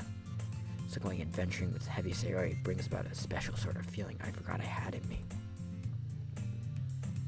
The two of us enter the classroom. Got any more water? Heavysayori heads straight to the closet and I follow. Yeah, da. Sandwich. Heavysayori pulls a box full of crayons off the shelf. Dispenser. Footies. Spencer. Heavysayori starts pulling various crayons out of the box, reading the color names. Alright, that's one down. Don't get distracted. We still need to find... Green is not creative color. Fine. And at least move aside so I can look for the poster paper. Run! Ah! Heavysayori bends over and smacks her forehead right into the shelf. She falls to the floor, and the crayons spill all over her lap. Ah! You okay? No! Heavysayori clutches her forehead. Jeez, Heavysayori. That's just like you, isn't it? Come on, let me see. Since Heavysayori is sitting on the floor, I grab her by the waist and pull her out of the closet. You have to move your hands, Heavysayori. Ah! Just do it for a second. Heavysayori slowly releases her hand from her forehead. I gently brush her bangs to the side. Ah! Sorry. There's a huge red mark on the center of her forehead. A bump is starting to form as well. Man, that's gonna swell up. I should find you some ice.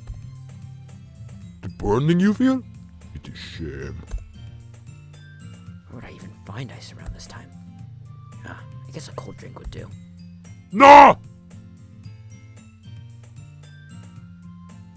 Wait, does Heavy say I'm a beautiful unicorn? I know, I thought he said like Heavy Pyro Land voice line.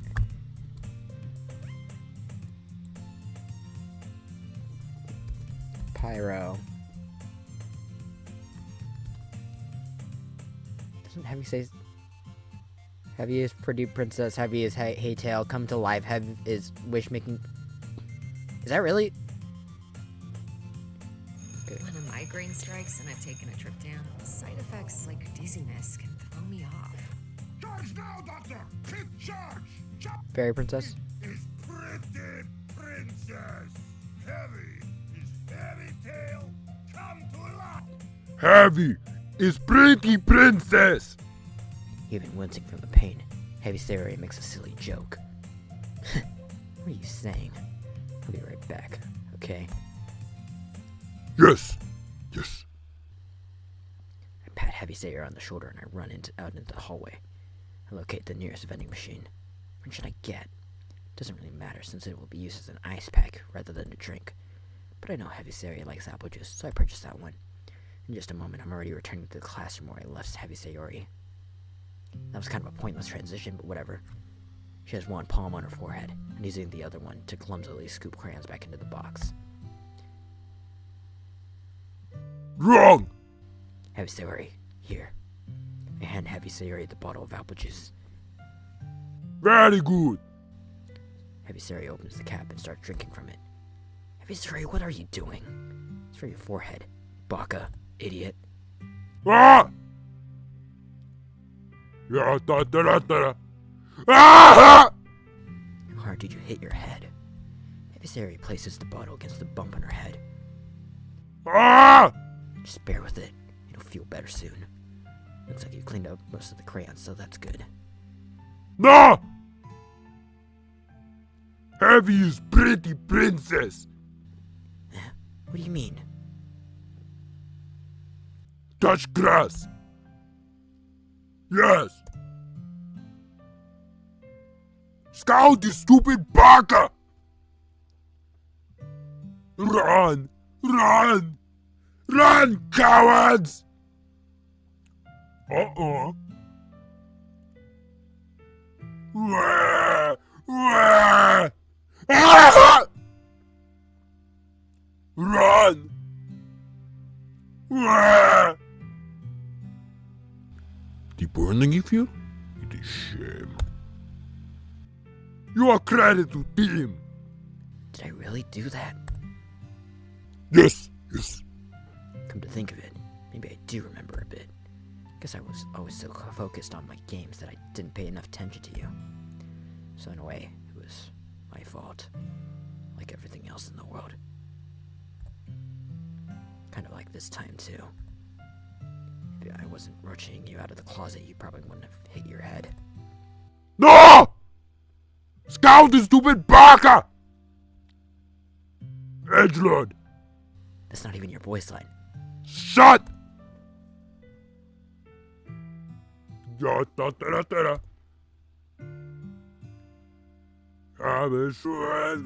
don't know the lyrics. Don't call me that. I don't really do this kind of thing all the time. Guess when it comes to you, it just feels natural. Before I even know it, I'm treating you like that. Guess that's what happens when you've been friends for so long. Friend inside me. You've got friend. No! Inside me.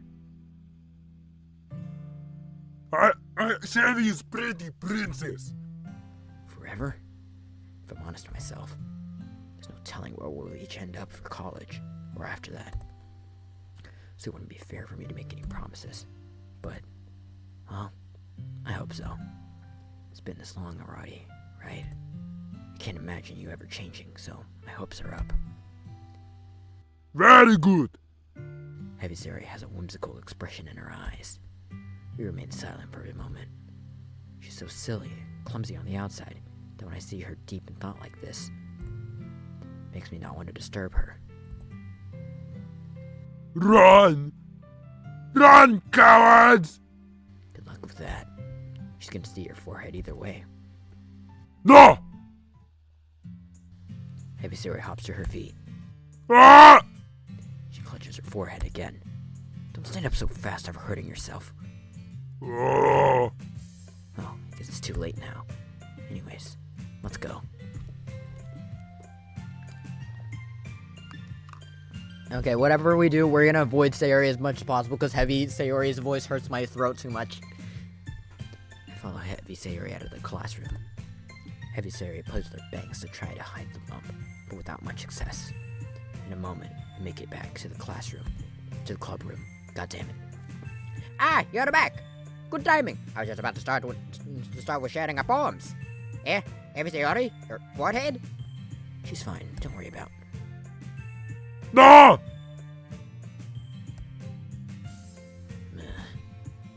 Eh. Well, anyway, were you able to find everything we needed? Yes. Ah! Heavysayori frantically glances around herself. No! Calm down, Heavysayori. I have it all right here. Found the poster paper too. Eh. Sounds like you ended up doing all the work and all. Well, Heavysayori. You gotta come up with an excuse for Heavysayori. Heavy is pretty princess. Yeah, that. I'm burping a lot. Okie dokie. In any case, good job. I'll start working on the posters tonight. Heavy is credit to team. Okie dokie. Is everyone ready to share their poems? Guess I should grab mine. After making sure the crayon box is closed tightly, I return to my seat. Wait, aren't we in high school? Why are we still using crayons? When we use like markers or colored pencils? Guess crayons are pretty efficient. Who to show my poem to first? We're going back to the dice roll. Going back to the dice.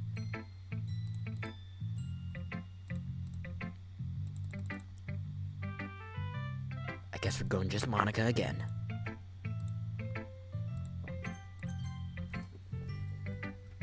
Hello again, no. How's the writing going? Alright, I guess. I'll take that. As long as it's not going bad. I'm happy that you're applying yourself. Maybe soon you'll come up with a masterpiece. I wouldn't count on that. You never know. Want to share what you wrote for today? Sure. Here you go. Give my poem to Luigiika. Alrighty. It's a pretty good. It makes me think of Heavysayori, like the other one that you wrote. You draw like that, you draw like the dynamic duo. It's kind of exaggerating it. Yeah, probably. But you do spend a lot of time with her even in the scrum, don't you? Then again, I don't blame you for being a little shy. I'm not shy, it's just... I'm just a teasing. I know it takes a bit of time to make friends with everyone. But Jevyuri and Goofsuki are super interesting people, so don't be afraid to give them their share of time. And you can talk to me every now and then too. I'm not unapproachable or anything, am I? No, it's nothing like that. I'm still just getting used to being here, that's all. Okie dokie. I'm sorry if I was putting pressure on you or something. I really didn't mean it like that. No, don't worry. I get what you're saying. Also, did you just repeat what I said when you said you were playing piano or whatever? Well, alrighty. But anyway, you want to read my poem now? I like the way this one turned out. So I hope you do too. Alright, let's take a look. Save me. Savor me. The colors, they won't stop. Bright, beautiful colors. Flashing, expanding, piercing. Red, green, and blue. An endless cacophony of meaningless noise. The noise, it won't stop. Violent, creating waveforms. Squeaking, screeching, piercing. Sine, cosine, tangent. Like playing a chalkboard on a turntable. Like playing a vinyl on a pizza crust. An endless poem of meaningless. Load me. Red, green, blue. It's a me. It's a Mario. And it's a blue toad. The best toad. Toad's the best! It's even more abstract than your last one, huh?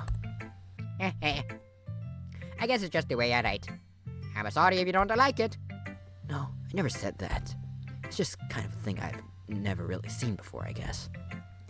I kind of like playing with my space on the paper. Choosing when and how to space your words can totally change the mood of the poem. It's almost like a magic. Like a super mushroom. The way I wrote the lines really short makes it feel like they're trying to speak over the noise. I see. Still hard for me to tell what it's about, though. Sometimes asking what a poem is about isn't the right question. A poem can be as abstract as a physical expression of a feeling, or a conversation with the reader. So putting it that way, not every poem is about something. Anyway, here's Luigiika's writing tip of the day. Sometimes you'll find yourself facing a difficult decision. When that happens, don't forget to save your game. You never know when you might change your mind, or when something unexpected may happen. Is this tip even about writing? What am I even talking about? That's my advice for today. Thanks for listening. You're gonna show my poem to next. Okay, well, we're doing rock, paper, scissors again. Okay, I guess I'm coming out again. Alright. Rock, paper. Oh, that's not one. Rock, paper, scissors, shoot. I chose rock again. Like my edgy self. Okay, well, I chose scissors. Because I got balls of steel. What the fuck does that even mean? I wrote a paper on this once. Alright, guess we're going with rock, which means Sayori. No! You are very good. Very good. I'm not hiding anything. Your credit to team. Very good. Yes. Your credit to team. You keep saying... whatever. I mean, you're really the only one that feels that way, so... No! No! I guess Goofsuki is the least likely to admit how much he likes something. But I don't think it's that. Nani? Well, I guess I'll be honest about it. It's a lot easier to write poems when I'm thinking about you. Scout, you stupid baka! Stop thinking weird things, idiot. I just mean that you're a really expressive person, I guess. How am I supposed to write poems about my own stupid life? But you somehow make everything in your life an adventure. Even the little things. Like my grandma's funeral. The burning you feel? It is shame. Let's not talk about that. Ah! So, yeah. I guess what I'm saying is that I can feel more feeling through you than I can through myself. We have that kind of weird connection. It's your fault for getting in my business all the time. Ah! No! You never understand when I try to explain things to you, do you, Sayori and Heavysayori? I pat Heavysayori's head. Ah! No! You sure about that? Maybe. Heavysayori starts fiddling with her pencil between her hands. No! I have yet to meet one that looks smart. Bullet. We're my good team! Huh? Why? How do I turn that into... Bah! No! No! Ah! Heavysayori, you completely misunderstood. I didn't write this for you. Ah! Are you even listening anymore? Well, whatever. I'll give it to you when we go home. Yes. Ah! Heavysayori hastily bends down to pick up the piece she dropped. But being inattentive of her surroundings, she bumps right into me. Sorry. It's fine. I'll get it for you. I bend down and pick up the broken pencil. Heavysayori clutches the desk beside her to support herself, knees shaking. Heavy! You stupid baka! Ah! Sit down, Heavysayori. Yes. I grab Heavysayori's arm and help her sit at the desk. Anyway, I still haven't read your poem. Oh! The burning you I feel? It is shame. Very not good. Jeez, don't worry. I'm sure I'll like it. I pop off my scalp like the lid of a cookie jar. It's the secret place where I keep all my dreams. Little balls of sunshine all rubbing together like a bundle of kittens. I reach inside with my thumb and forefinger and pluck one out. It's warm and tingly, but there's no time to waste. I put it in a bottle to keep it safe. I put butter on shelf with all my brothers. Happy thoughts and brothers all in a row. My collection makes me a lot of friends. Each bottle of starlight to make amends. Sometimes my friend feels a certain way. Down comes a bottle to save the day. Night after night, more dreams. Friend after friend, more bottles. Deeper and deeper my fingers go. Like exploring a cave, exploring with secrets hiding in the nooks and crannies. Digging and digging, scraping and scraping. I'm blowing just off my mouth of gaps. It doesn't feel like I'm elapsed. My empty shelves could use some more. My friends look through my locked front door. Finally, all done. I open up and in come my friends. In they come, in such a hurry. Do they want my bottles? That's much. I frantically pull them on the shelf, one after the other, holding them out to each and every friend, each and every bottle. But every time I let go, the shadows rush and I roll in between my feet. Happy dust to charge all over the floor. There was a want to be for my friends, my hands were smiling. They are shouting, bleating something. When I hear echo inside my head. What the fuck? Were you trying to rap? Yes. Holy crap. Heavysayori, did you really write this? Yes. Very good. Yeah, but, I mean, I didn't expect something like this coming from you. Luigiika is granted to team. Oh, my throat. I can't fucking do heavy. I gotta avoid her for the rest of the run, man. My throat hurts. It's burning. I see that. It's almost kind of creepy. What are we gonna do for your voice now? Creepy? Well, not exactly. Maybe because I'm so used to being being cheerful. Never mind. I'm thinking too hard about it. The point is, it came out good, so you should be proud of it. Oh, thanks. How do you feel like meant to express this way? Help understand feeling a bit better. Writing is like magic. You've gotten pretty passionate about this, huh? I hope you keep it up. Yes. Writing's good. Heavy right until yes. Don't get ahead of yourself. Heavysayori's always had a habit of getting obsessed with something before dropping it no more than a week later. I wonder if this is one of those times. But seeing the passion in her eyes makes it hard for me to be pessimistic. Who should I show my poem to next? We're gonna do coin flip again. Okay, it landed on heads again. It is Natsuki. Well, it's not really any worse than your last one, but I can't really say it's better, Gorsh. Ew. Huh? You what? Well, anything that isn't a train wreck I'll take as a win. I get the feeling you're probably the most critical. Hey, what makes you? Maybe that was a compliment. Glad to see someone recognize my experience. Gosh, Mike. Well, then keep practicing and maybe you'll be as good as me someday. That's, something tells me Goofsuki completely missed the point. Come to think of it, this kind of reminds me of Heavysayori's poem from yesterday. Yeah, you think so? Yeah. Well, I guess if you've been friends with her so long, you might be on the same wavelength. But you never really struck me as her type.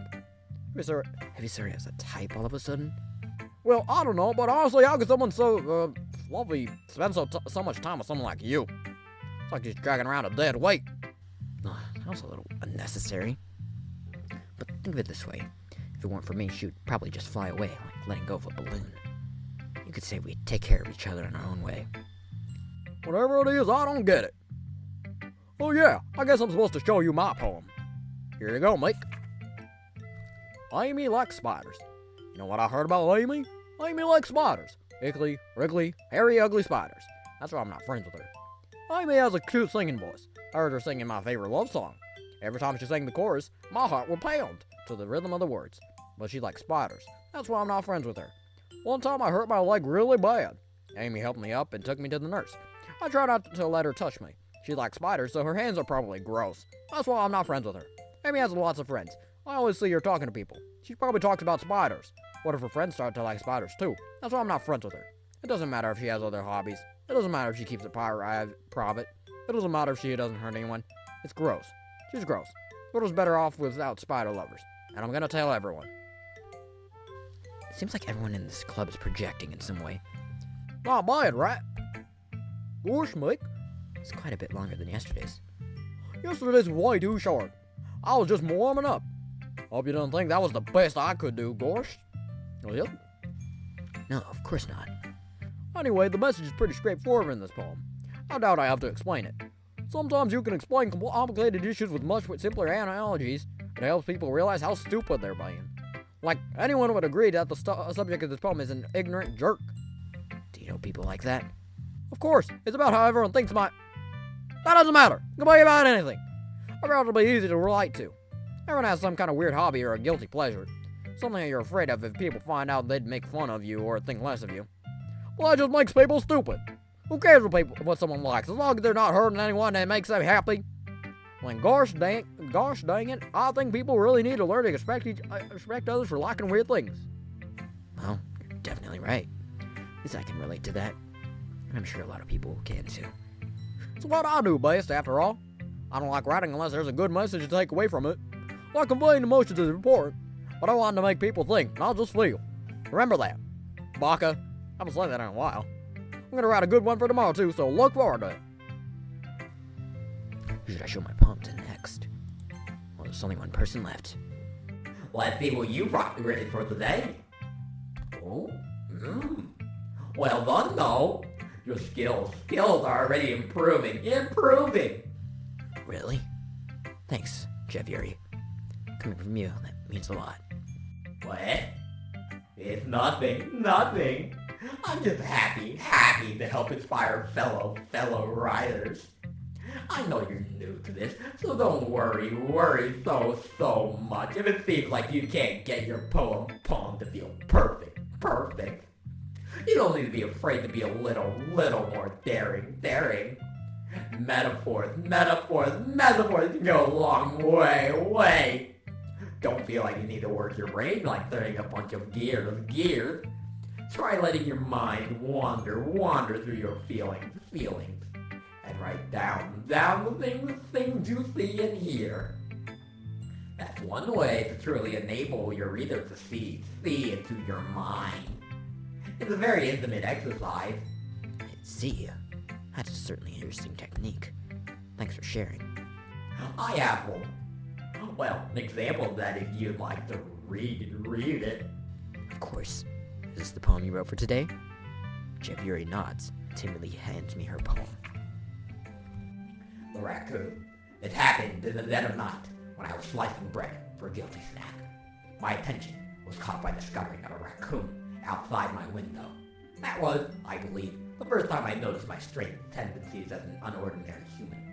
I gave the raccoon a piece of bread, my subconscious well aware of the consequences, well aware that a raccoon that is fed will always come back for more. The enticing beauty of my cutting knife was the symptom, the bread, my hungry curiosity, the raccoon, an urge. The moon increments its face, and it looks like that much more light of my cutting knife. The very same light that glistens in the eyes of my raccoon friend. I slice the bread, fresh and soft. The raccoon becomes excited. Or perhaps I'm merely projecting my emotions onto the newly satisfied animal. The raccoon has taken to following me. You could say that we've gotten quite used to each other. The raccoon becomes hungry more and more frequently, so my bread is always handy. Every time I brandish my cutting knife, the raccoon shows me its excitement. A rush of blood. Classic Pavlovian conditioning. I slice the bread, and I feed myself again. I was a little more daring with this one than yesterday's. I can see that. It's a lot more metaphorical. I don't know if it's my fault, but I can't begin to imagine what this poem is about. That's right. It's a bit closer to my preferred writing style. Using the poem as a canvas to express vivid imagery and conveying emotions through them. Yeah, if I take it at face value, then I can't even figure out what it's supposed to mean. Well, I think it's something that different people can relate to in their own way. I wanted to express the way it feels for me to indulge in my more unusual hobbies. It's those sorts of things I'm usually forced to keep to myself. But I can do anything! So I sometimes enjoy writing about them. Huh, that's funny. What? Didn't Goofsuki also write something about that? About someone being ridiculed for a strange interest. Yeah? She did? Yeah. She was talking about how it doesn't matter what you're into as long as you're not hurting anybody. She's right. I mean, does she really feel that way? Yeah. Sounds like you two have that in common. That's interesting. To me, she seemed like the kind of person who would make fun of my hobbies. But I suppose that's my fault for judging, isn't it? Please don't tell her I said that. Don't worry, I have no reason to. Okay. Well, thank you for sharing it with me. After all, if I hadn't learned to embrace my own weirdness, I would probably hate myself. I might be ranting a little bit now, but I'm glad that you're a good listener. Okie dokie, everyone. We're all done reading everyone's poems, right? I have something extra planned today, so if everyone could come and sit at the front of the room. Is this about the festival? Yeah, sort of. Do we really have to do something for the festival? It's not like we can put together anything good in just a few days. We'll just end up embarrassing ourselves instead of getting any new members. As a concern of mine as well, I don't really do well with last minute preparations. Don't worry so much. We're going to keep it simple, okie dokie? We won't need much more than a few decorations. Heavysayori has been working on posters, and I've designed some pamphlets we can give out during the event. Okay, that's great and all, but that doesn't tell us what we're actually going to be doing for the event. Sorry, I thought you heard about it already. We're going to be performing. Performing? But, Monica? Yeah, we're going to be having a poetry performance. Each of us are going to choose a poem to recite during the event. But the cool part is, we're also going to let anyone else come up and recite poems too. Heavysayori is putting it on all the posters in case anyone wants to prepare ahead of time. Heavysayori, who's been coloring a poster, holds it up for us to see. Are you kidding me, Monica? You didn't already start putting those posters up, did you? Wait, I did. Did you really think it's that bad of an idea? Well, no. It's not a bad idea, but I didn't sign up for this, you know? There's no way I'm gonna be performing in front of a group of people like that. I agree with Goofsuki. I could never in my life do something like that. Imagining it, Jevyuri shakes her head in fear. Guys, Oh, Heavysayori. I understand where it's coming from. Remember that Goofsuki and Jevyuri have never shared their poems with anyone until just a couple days ago. It's a lot to ask for them to recite their poems out loud to a whole room full of people. I guess I kind of overlooked that. So, I'm sorry. But, I still think we should give it our best. We're the only ones responsible for the fate of this club. If we start the event and each put on a good performance, then it will inspire others to do the same. And the more people who perform, the better we'll be able to show everyone what literature is all about. yes. It's about expressing feeling, being intimate with self, finding new horizon, and having fun. That's alright. And it's those the reasons that we're all in this club today. Don't you want to share that with others? To inspire them to find the same feelings that brought you here in the first place? I know you do. I know we all do. And if all it takes is standing in front of the room for 2 minutes and reciting a poem, then I know you can do it. Natsuki and Yuri remain silent. Heavysayori looks worried. Guess that leaves me no choice. I agree. I don't think it's too much to ask. I think that Heavysayori and Luigiika have been trying really hard to get new members. The least we can do is help them out a little bit. Well, maybe, but... Looks like Goofsuki doesn't have any arguments left. Well... Okay, fine. Gosh, I guess I'll just have to get it over with. Alright. Yeah. Thanks, Goofsuki. What about you, Jevyuri? Jevyuri dejectedly glances around at everyone else's expectant faces. I guess I don't really have a choice. Is everyone. You're good. You're credit to team. This club is seriously going to be the death of me. But I can do anything! Oh gosh, you'll be fine, Jevyuri. But anyway, let's move on to the main event. I want each of you to choose a poem of yours. We're going to practice reciting them in front of each other. No way, Baka! Monica? This is too sudden. Well, if you can't recite your poem in front of the club, how do you expect to do it in front of strangers? Oh no! Don't worry. I'll start off to help everyone feel a little more comfortable.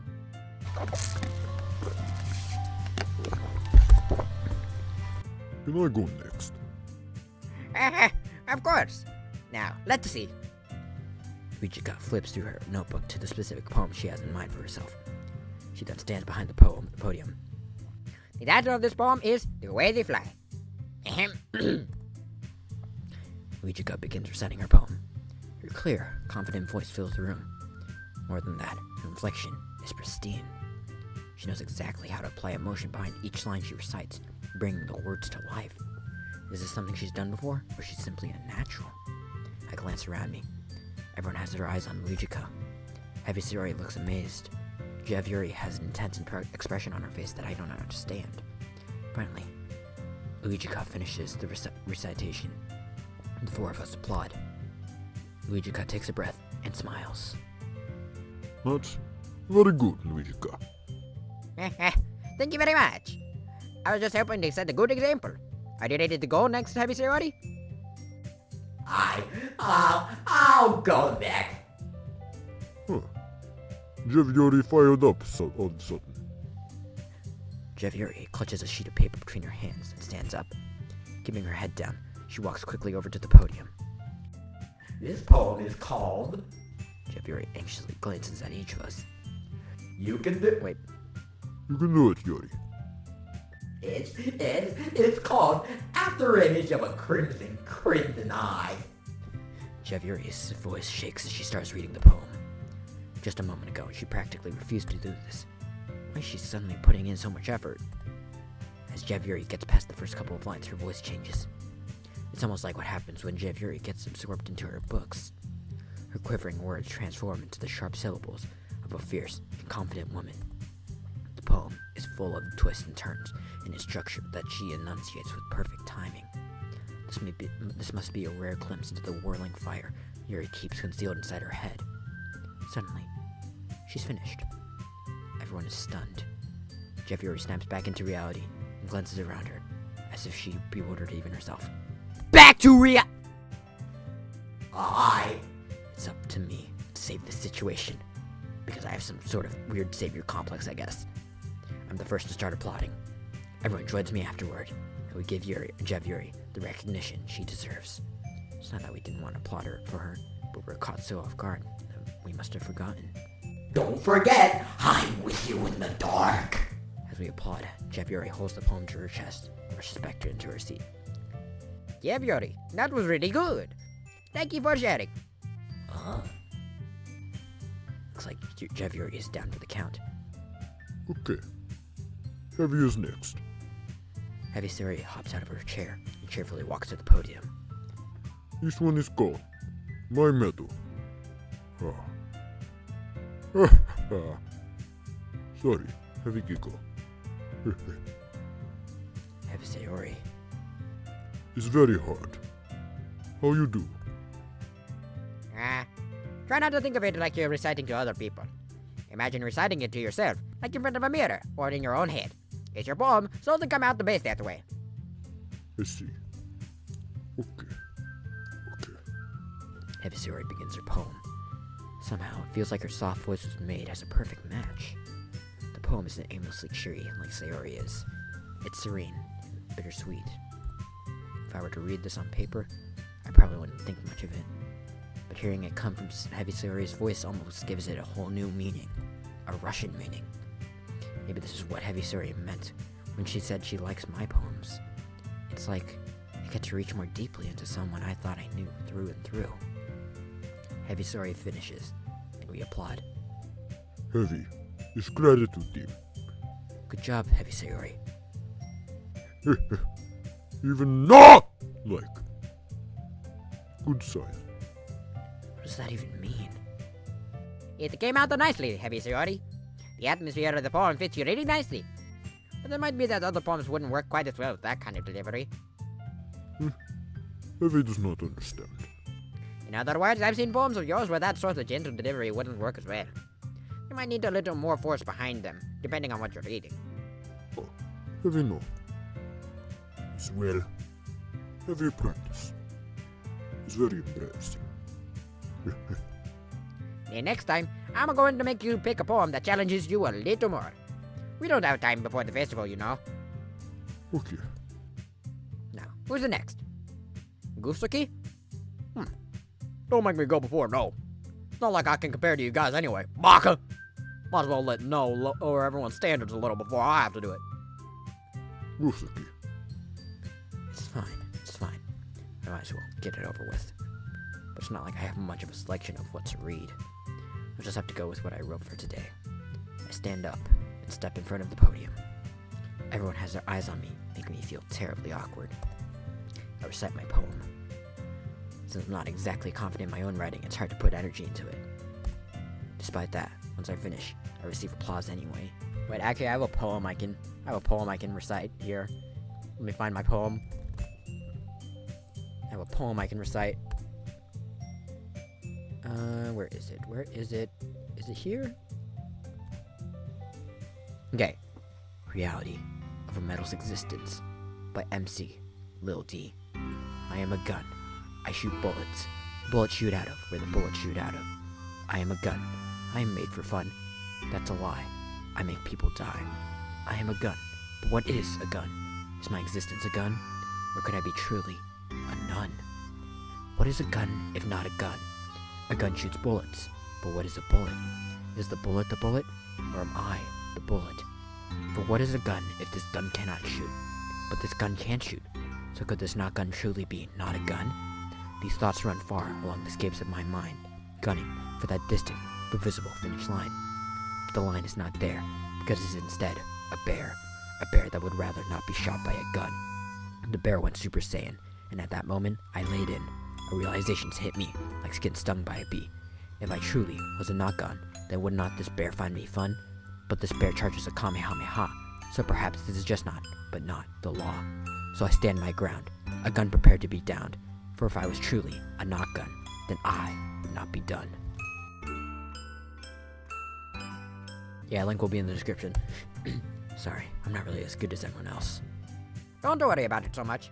I think it's less about your abilities and more about your lack of confidence in your writing. That's something that'll improve over time, though. Yeah, maybe. Those are the two things I'm not, because I'm no. Alrighty then. That just leaves you, Goofsuki. Yeah, I'm a-going. Well, I'm not Italian. Goofsuki begrudgingly gets out of her seat and makes her way to the podium. The poem is called,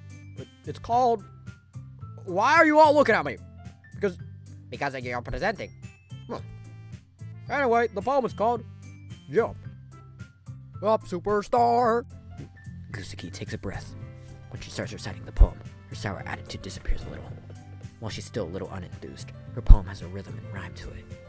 It's Goofsuki's trademark style, and it works surprisingly well when spoken aloud. The words feel like they bounce up and down, as if giving life to the poem. Goofsuki finishes, and everyone applauds. She hops back to her seat. That wasn't so bad, was it? Easy for you to say. You better not make me do that again. Well, do you at least feel prepared enough to recite a poem in front of other people? I mean, doing it in front of other people will be way easier. I can put on whatever face I want for other people. But when it's just my friends, it's just embarrassing. It is surprising, Goofsuki. I think it'd be other way around for it, Heavy. Well, that's just how it is, so. Well, I guess in that case, you won't have much to worry about for the festival. That said, I want to thank everyone for coming through.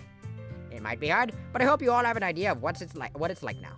Make sure you pick a poem and get enough practice before the festival. Okie dokie. I'll be making pamphlets, so let me know ahead of time what you'll be reciting. Jeez. I should probably find some other poem to recite instead. What are you talking about? Reality of a Metal's existence is a fucking masterpiece. No, you fucking bitch! That's okie dokie too. It doesn't have to be your own. I'm already pleasantly surprised that you're putting in all this effort for the club. It makes me really happy. So happy that I'm going off a screen.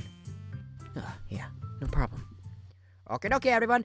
I think that's about it for today. I know the festival is coming up, but let's try to write poems for tomorrow as well. He's been working out really nicely so far, so I'd like to continue that. As for the festival, we'll finish planning tomorrow, and then we'll have the weekend to prepare. Monday's the big day. I cannot wait.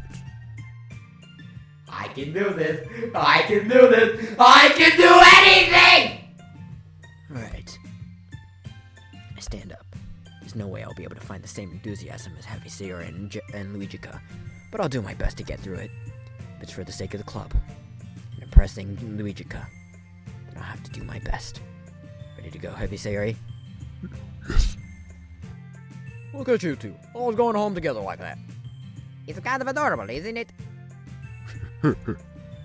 Jeez, guys. Don't make such a big deal out of it. It must be a little nice, though. Well, how am I supposed to respond to that? It's okay, no. You do not have to say. Whatever. Let's go already. It's been 2 hours. What the fuck? They lied. They say this game is like 4 hours long. What the fuck? I walk home with Heavysayori once more. Even though it's only been a few days, a lot of things have already changed. But today, Heavysayori is being a little quieter than usual on the way home. Hey, Heavysayori. Sorry, Heavy space out. No wonder. Huh? Heavy think about something from earlier. Heavy like how... Heavy mean... Heavysayori fumbles with her words. So, let's say one day, Jevyuri asked to walk home with you. Huh? What'd you do? What kind of question is that? You're kind of putting me on the spot here. Well... Let's flip a coin! I don't know why I'm getting so into that. Whatever, we're flipping a coin. I dropped the coin.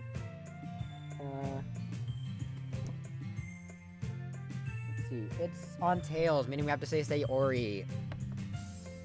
Okay, at least I'm not doing the voice anymore, so my throat isn't hurting, but oh well.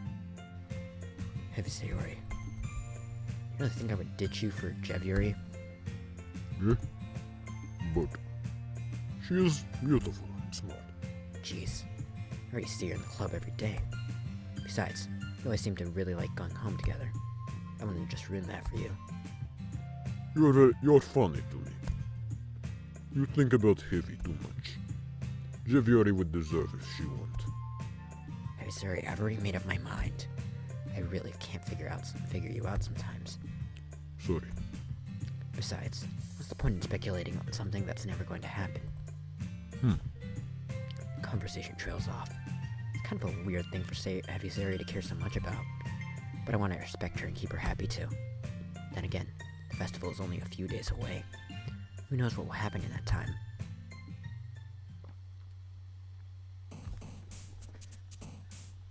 Alright then. Very good.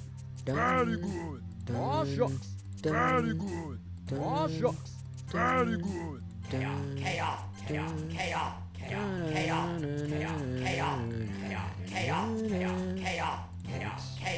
Aw, shucks. Aw, shucks. I like cuts. An ending. Contamination. Yeah, she gets all the big Aw, words. shucks. Swimsuit, dark. Very good. Okay then. Ah, man. I'm the last one yet again. Don't worry. I just walked in too. Were you practicing piano again? Yeah. You must have a lot of determination! Starting this club and now picking up piano. Well, maybe not determination, but I guess passion. Remember that the club wouldn't be here if it wasn't for all of you. And I'm super happy that you're willing to help out for the festival too. Oh, I can't wait for the festival. It's gonna be great. Yeah? Weren't you complaining about it yesterday, Goofsuki? Well, yeah. I'm not thinking about our part of the festival, but it's a whole day of school where we all get to play and eat all kinds of delicious food. You sound a bit like Heavysayori all of a sudden. Luigiika, do they usually have fried squid? Squid? That's a pretty specific thing to look forward to. Oh, come on. Are you saying you don't like squid? You, of all people? I didn't say I don't like it. Besides, what do you mean by you of all people? Because it's right in your name. Monica. That's not how you say my name at all. Also, that joke makes that joke makes no sense in translation. Well, never mind. Let's just focus on our own event for now, okay? Fine. The reactions aren't as fun as Jevyuri or Heavysayori's anyway. Excuse me? Where is Heavysayori anyway? Oh, there you are. Heavysayori is sitting at a desk in the corner of the room, looking down at nothing. I walk over to her. Hey, Heavysayori. I wave my hand in front of her face. Hmm? You're spacing out again. Oh. Sorry. Do not mind. You go talk to everyone. Huh? Is everything alright? Of course. Why would not be? Just feel like you're a little off. Sorry for assuming things. Jeez, you worry. Heavy is fine. Heavysayori shows me a big smile. Do not let me distract. Well, alright. If you say so. I worriedly glance at Heavysayori before turning back towards everyone else. But the conversation has already dispersed, with everyone back at their usual activities. Maybe I should ask Luigiika if she's noticed anything about Heavysayori recently. Since they've been preparing for the festival, they must be spending a lot of time together. I timidly approach Luigiika, who is shuffling through some papers at her desk. Oh, what's up? Hey, this might sound a little strange, but have you noticed anything up with Heavysayori recently? Anything up with her? In what way do you mean? Maybe I'm reading into it a little too much, but she seems a little downcast today. Oh, you think so? Can't say I've noticed anything about her. Luigiika peers across the room at Heavysayori, who's idly dragging a rubber eraser up and down her desk. Maybe there is something on her mind, but I'm surprised I'm the one asking you, no? You certainly know her a lot better than I do. Yeah, but she's never really like this. She always talked to me about things that bothered her. But this time when I asked her, she was really dismissive. Sorry, I know it's not your problem. I just wanted to ask if you knew anything, so I'll drop it now. No. It's important to me, too. I mean, I'm also friends with her. And I also care about the well-being of my club members, you know? Maybe I'll try talking to her myself. Huh? Are you sure about that? She seemed like she wanted to be left alone. Are you sure? Maybe she just has a hard time bringing it up with the person of interest. Person of interest? What do you mean by that? I'm saying that maybe the thing on her mind is you, no? Me? How on earth would you come to that conclusion? Well, I probably shouldn't say too much, but Heavysayori talks about you more than anything else, you know? Huh? He's been so much happier ever since you joined our club. It's like an extra light was turned on inside of her. What? No way. Heavysayori's always like that. She's always been full of sunshine. It's not any different now than it has always been. You're so funny, no? Have you thought that maybe you've always seen her as so cheerful? Because that's just how he is when she's around you? I said too much. I'm sorry. What do I know anyway? I didn't mean to jump to conclusions, so you should just forget about what I said. I'll try to talk to her, so try not to think about it for now. Yeah. Well, alright. Luigiika smiles meaningfully. I know she said to forget about it, but I already know I won't be able to get her words out of my head. Luigiika stands up from her desk and walks across the room to where Heavysayori is sitting. I watch her kneel down next to Heavysayori and gently talk to her, but she's keeping her voice so quiet that I can't hear her from here. I sigh and sit myself down. I know Heavysayori told me not to worry about her and to have fun with everyone else, but that's impossible to do when she's behaving like this. Exactly how much do I care about her that I'm letting this weigh me down so much? Now it feels like I'm the one behaving out of the ordinary. But there's nothing I can do besides wait for Luigiika. Okie dokie, everyone. After some time passes, Luigiika calls out to the club room. Why don't we share our poems now? Before I knew it, everything is back to normal. Everyone goes to retrieve their poems, and I do the same. I make eye contact with Luigiika, and she smiles at me. I wonder what she was talking about with Heavysayori. Should I show my poem to first? Alright. You know the drill. Roll the dice! Okay, it's not Monica this time. Alright. Whoops, wrong button. I accidentally paused. Okay. It's Jevyuri. Jevyuri. No. This is wonderful. I can feel the emotion that you poured into it. Is this the result of trying what I suggested yesterday? Yeah, I guess so. You did a good job explaining. I really wanted to try giving it more feeling. Jevyuri visibly swallows. Even her hands appear sweaty. I'm not used to this. Used to what? I don't know, no. It's fine. Take your time. Jevyuri breathes and collects her thoughts. I know that Jevyuri likes to think before she speaks, so I offer that patience to her. Yeah. Just being appreciated like this, I guess. Yeah. It probably sounds really stupid. But seeing someone motivated by my writing just makes me really happy. Are you saying you've never shared your writing before? Jevyuri nods. Really? I don't believe it. I really only write for myself. And besides, people would just laugh at me, like the jester I am. Do you really think that? I mean, you're not even wearing your costume. Again, Jevyuri nods. Huh. Even your close friends? Mm-hmm. For some reason, Jevyuri doesn't... Oh, I wasn't supposed to respond to that. Oh, well. Jevyuri doesn't respond. Jevyuri?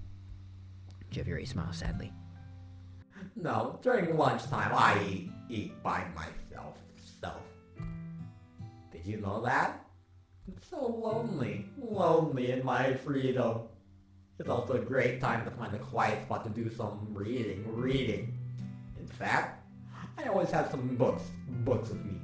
You could say I really enjoy reading. Well, that's one way to put it anyway. But books are so full of amazing and inspiring people. People you want to fall in love with. Or people you just know would make a really good friend. cheerful people who always put a smile on your face. Or deep thinkers and problem solvers who discover the mysteries of life. So when you look at it that way, I'm surrounded by friends every day. You know? Those friends don't laugh at me.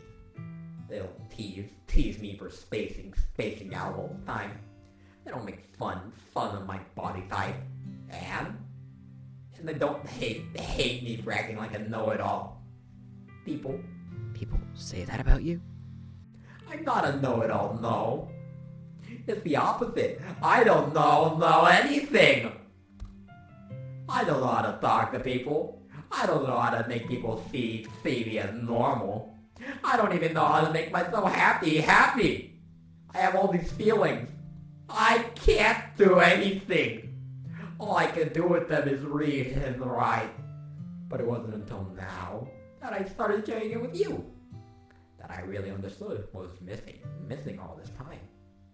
But I haven't really done anything. No, that's wrong. Just being patient and respectful. That's really important to me. I know I'm a difficult person though. I speak too slowly. I second guess myself all the time. I read too deeply into things. But every time, people always treat me just like anyone else.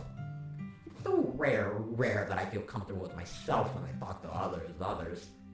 But that's why every time I talk to you, I can do anything! I see. Well, I treat you how you deserve to be treated, Jevyuri. And if other people don't see it that way, then screw them. I mean, I joined this club hoping I would make friends. And I would say I've had at least one success. Wouldn't you? If you put it that way, yeah. We really are friends now, aren't we? Jevyuri puts her head in her hands. But this time she's smiling as she does it. Do you want to show me your poem? Yeah, I do. So, let me get it for you. Meet a marvel millions of years in the making, where the womb of Earth chaotically meets the surface, under a clear blue sky, an expanse of bliss, but beneath gray rolling clouds, an endless enigma. The easiest world to get lost in is one where everything can be found. One can only build a sandcastle where the sand is wet, but where the sand is wet, the tide comes. Will it gently lick at your foundations until you give in? Or will a sudden wave send you crashing down in the blink of an eye? Either way, the outcome is the same. Yet we still build sandcastles. I stand where the foam wraps around my ankles, where my toes squish into the sand. The salty air is therapeutic. The breeze is gentle, yet they're powerful. I sink my toes into the ultimate boundary line, tempted by the foamy tendrils. Turn back, and I abandon my piece to erode at the shore. Drift forward, and I return to Earth forevermore.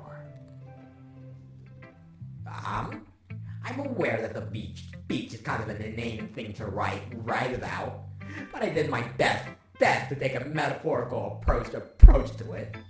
You say that like you didn't even want to write about it. Oh, you haven't heard? After yesterday, Goofsuki and I, well, it was amusing that we wrote about something similar in such different ways. So Goofsuki wanted us to write about the same topic as each other again. I suppose to better compare the differences in our writing style, or thought processes. Anyway, it was her idea. Knowing her, it's no surprise that she'd want to do something like that. She probably just wants to show off. It's not like I have a particular interest in her writing style. I just went with her request. But, well, I suppose it's not so bad to write about something simple on occasion. It can be refreshing, you know. It's good for me to calm my thoughts once in a while. Yeah, I think I agree. Thanks for sharing. Who should I show my poem to next? Are we doing rock, paper, scissors again? Yeah, I guess we are. Okay. Rock, paper, scissors, shoot. I went with rock again. Yeah, okay, whatever. I went with rock, so we're doing it again. Alright. Rock, paper, scissors, shoot. I went rock. Yeah, okay, we're doing it again. Rock, paper, scissors, shoot. know, you could just choose paper. Yeah, okay. Rock, paper, scissors, shoot. I chose scissors this time. It's sharp. Like my whole life.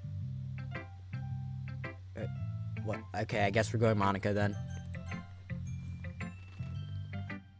Hello, no? Have you thought about what you want to submit to perform at the festival? Well, being in this club is one thing, but performing in front of a bunch of people, I'll have to give it some more thought. Okie dokie, no pressure. But whatever you do, I'm sure it'll turn out the great. It would also make me happy to see. Anyway, let's take a look at today's poem. Sure. Let Monica take the poem I'm holding in my hands. Great job, no? I was going "oh" in my head when reading it. It's really metaphorical. I'm not sure why, but I didn't expect you to go for something so deep. I guess I underestimated you. It's easiest for me to keep everyone's expectations low. That way it always counts when I put in some effort.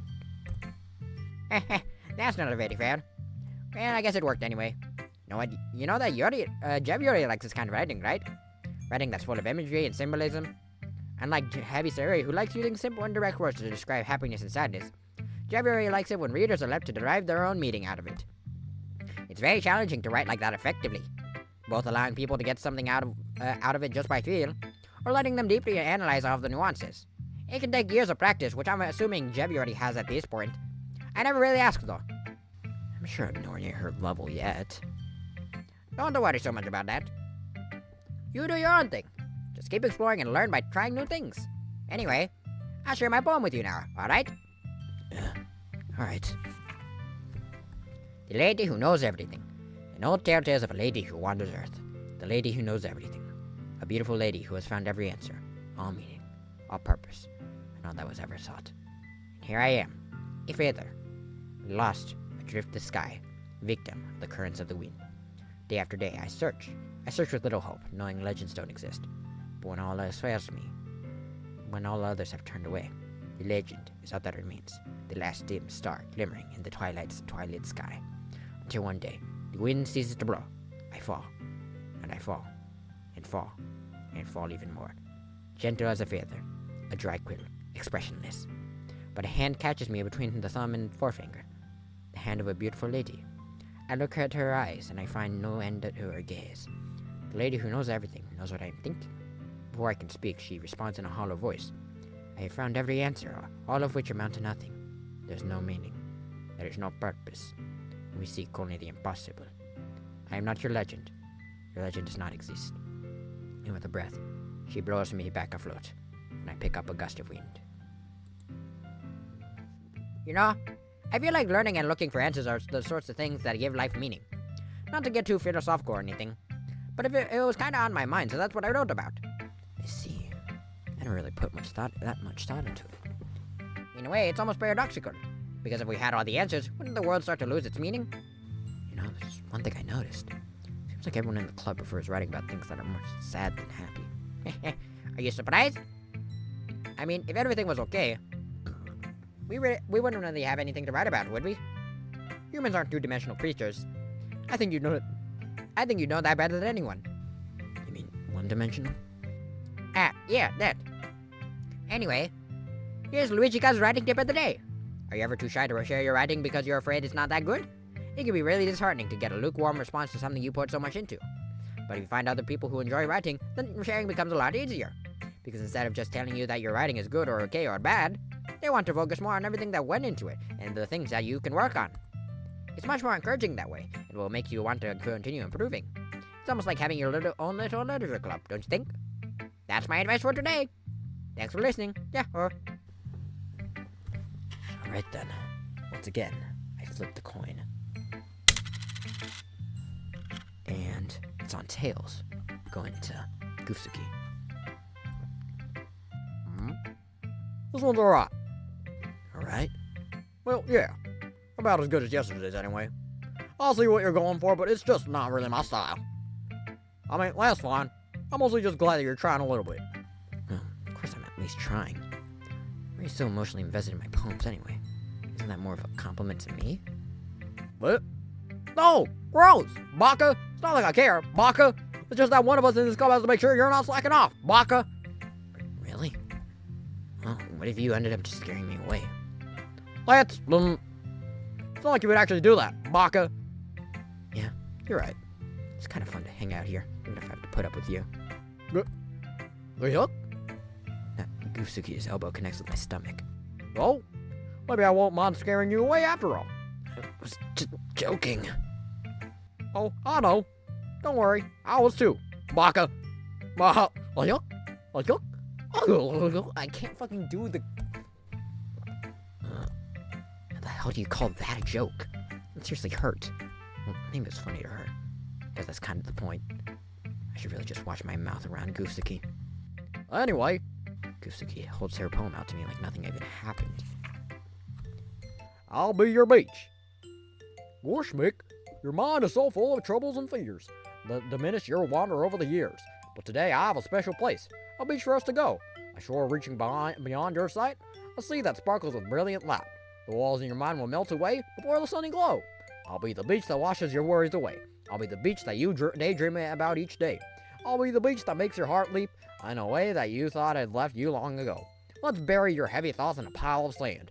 Bathe in some memes and hold my hand. Wash your insecurities in the salty sea and let me see your shine. Let's leave your memories in a footprint trail, set you free in my windy sail. And remember, the reasons you're wonderful when you press your lips to mine. I'll be the beach that washes your worries away. I'll be the beach that you daydream about each day. I'll be the beach that makes your heart leap in a way you thought that had led you long ago. But if you let me by your side, your own beach, your own escape, you'll learn to love yourself again. Yeah, I feel like that I kept writing about negative things, so I wanted to write something with a nice message for once. Besides, the beach is awesome. Kinda hard to write anything negative about the beach, gosh. Well, Yuri's take on it was a little more solemn. Well, that's... Geez, you better have not said anything bad about mine. After all, she was the one who wanted us to write about the same topic. Well, you can really say you're doing that too. Making us write about a simple topic than trying to impress me by coming up with something all fancy. Well, it's not like I care, Baka. I just did it anyway. I mean, I guess mine ended up being kind of metaphorical too. Well, there's nothing wrong with doing that once in a while. At the very least, it was good practice. And now, down to Heavysayori. It's nice, I guess. Come on, I can already tell you don't like it. Well, you do not need to worry about me. You wrote this for someone else. Probably Jevyuri. Yeah, I didn't write this for anyone specifically. Maybe. It's not what Heavy means, though. It's okay. You're making a new friend, like Heavy Hope. That makes Heavy very happy. You're happy too, yes? In this club. Well, of course I am. Good. That's all that matters to me. Thank you, Noah. Heavysayori, is there something wrong? Huh? No, nothing. Heavy is a little tired. Alright. Just tell me if you need anything. I will. Do not worry. You go play. If you insist. Yes. Heavy go home a little early. Heavysayori? Tell Luigiika. Heavy not okay. Heavy see you tomorrow. Before I can say anything else, Heavysayori cheerfully walks out of the classroom, humming to herself. Okie dokie, you three. We're all done sharing poems, right? Why don't we start figuring out... Hold on a second. Is it just me, or did you just say something strange just now? Yeah? Something did sound a bit unusual. That's alright. Wait. That's right. You deviated from your usual catchphrase when addressing club. Catchphrase? I don't have a catchphrase. Jeez. Why's the mood so weird today? Look, even Jevyuri isn't immune to it. Ooh. Stagnating air is common foreshadowing that something terrible is about to happen. In your books, maybe. Look, the only thing different is that Heavysayori isn't here. Ah, it seems you're right. Sayori always helps to lighten the mood a little bit, doesn't she? It's always like everyone's balance is thrown off a little when she's not around. Where the heck did she run off to anyway? I thought she went to be. Goofsuki, please show some decency. Oh, come on. She actually wasn't feeling too well and went home early. Is that so? I hope she's alright. Alright. Seriously? Of all the times that I go home with her, you pick the time she's not feeling well? So much for you two being all lovey-dovey. No. First of all, stop misunderstanding my friendship with Sayori, with Heavysayori. And second, she's kind of been avoiding me today, so I didn't want to force it. Oh? A curious expression coming from Jevyuri of all people. Calm it down a bit, guys. I talked to her earlier and everything is fine. Everything is okie dokie. What did she say? Anyway, we need to figure out the rest of the festival preparation, so let's decide what everyone will be doing this weekend. I already know what I'm doing. That's alright. Goofsuki will be making cupcakes. We might need a lot of them in different flavors. Can you handle that all by yourself, Goofsuki? Challenge accepted. And as for myself, I'm going to be printing and assembling all the poetry pamphlets. Heavysayori will be helping me design them. And as for Jevyuri, Jevyuri, you can, guys, can you help me come up with something for Jevyuri? I'm useless. I'm in a fucking wheelchair. No, that's not it at all. You're the most talented person here, you know. Now, Goofsuki is project though? Jeez, even I can tell now. Guess I never gave Heavysayori enough credit, but I can tell things are even harder on you when she's not around. That may be the case. But if I can't also be a leader on my own, then I won't grow as a person. So, Jevyuri, you have beautiful handwriting, you know? So you should make some banners and decorations to help set the atmosphere. Atmosphere? About that, I love atmosphere. Jevyuri's expression suddenly changes as she stares at her desk in focus and starts nodding to herself. Your mind is already racing, I see. That's great. You'll be a wonderful help, Jevyuri. But anyway, that just leaves you, no? One who's truly useless. Don't say that. In fact, both Goofsuki and Jevyuri both have some pretty heavy tasks to handle.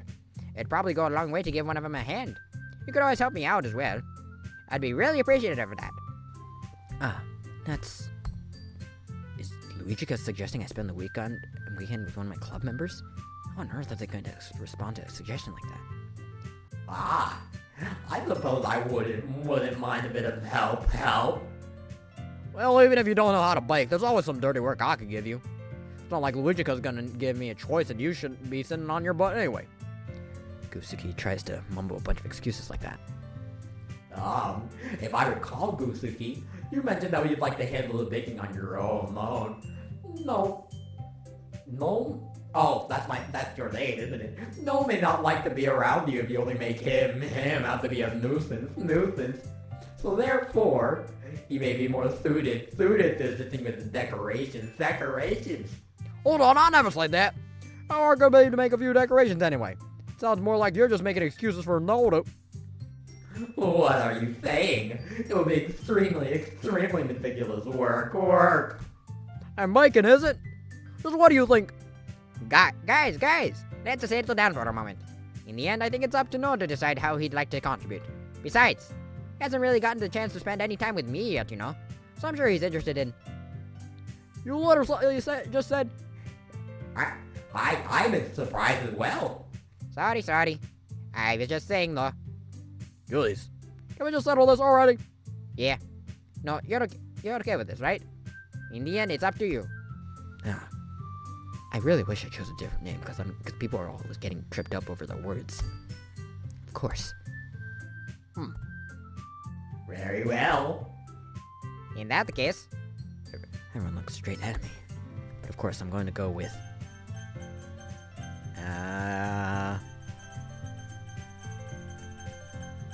Alright, folks, we're going back to the dice roll. It's gonna be a lovely one today. We're gonna go with... We're gonna see the best people. We're going with... Oh, we're going with Sayori. No, that's Monica. Alright, then we're going with Monica. Well, I guess I should probably be helping Monica. Or Luigiika. Yeah, you were picked to me. Hold on a second. Yeah. I don't know why my brain's breaking. Okay. Luigiika, you're the one who needs the least help out of all of us. Yeah, but... I agree with Goofsuki. Not only is your work already most suitable for one person, but you already have Heavysayori as well. Wow. But Noah was the one who... That doesn't matter. You were the one who scared him into picking you in the first place. You're the club president, Monica, gosh. You're supposed to make responsible decisions for the club. Luigiika, you shouldn't let any ulterior motives interfere with this decision. Ulterior motives? What are you saying, Jevyuri? In fact, it sounds like you guys are the ones who would enjoy your motives. Excuse me? Otherwise, this wouldn't have been made into such a big deal in the first place. That's completely false, Luigiika. Yeah. Well, I have a lot of work to do, you know. We won't have to do as good of a job if you make us work alone. Maybe that's true. Think of the club moment, Luigiika. If we want our event to succeed, then we need to appropriately distribute our resources. So are you gonna do the right thing, President? Okay. I get it. It's technically most logical for no to have one of you two. So, I guess that's what we do. Do you have a preference, no? For the laws! I mean, if it's gonna be anyone, then I would prefer helping Heavysayori. I mean, we're already neighbors and... But Luigiika said... Luigiika said that Heavysayori was helping her. Please. You really hate us that much? No. Sorry, I didn't mean for this to be difficult. Just think of the club, okay? Alright then, I haven't gotten to spend so much time with Goofsuki, so we're gonna do that one. I'm gonna use the bathroom real quick.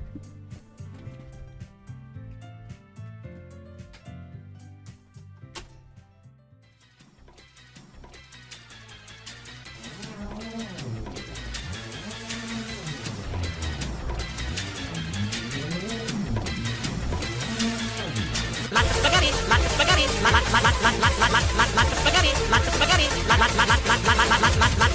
lots of spaghetti, lots of spaghetti, lots of spaghetti.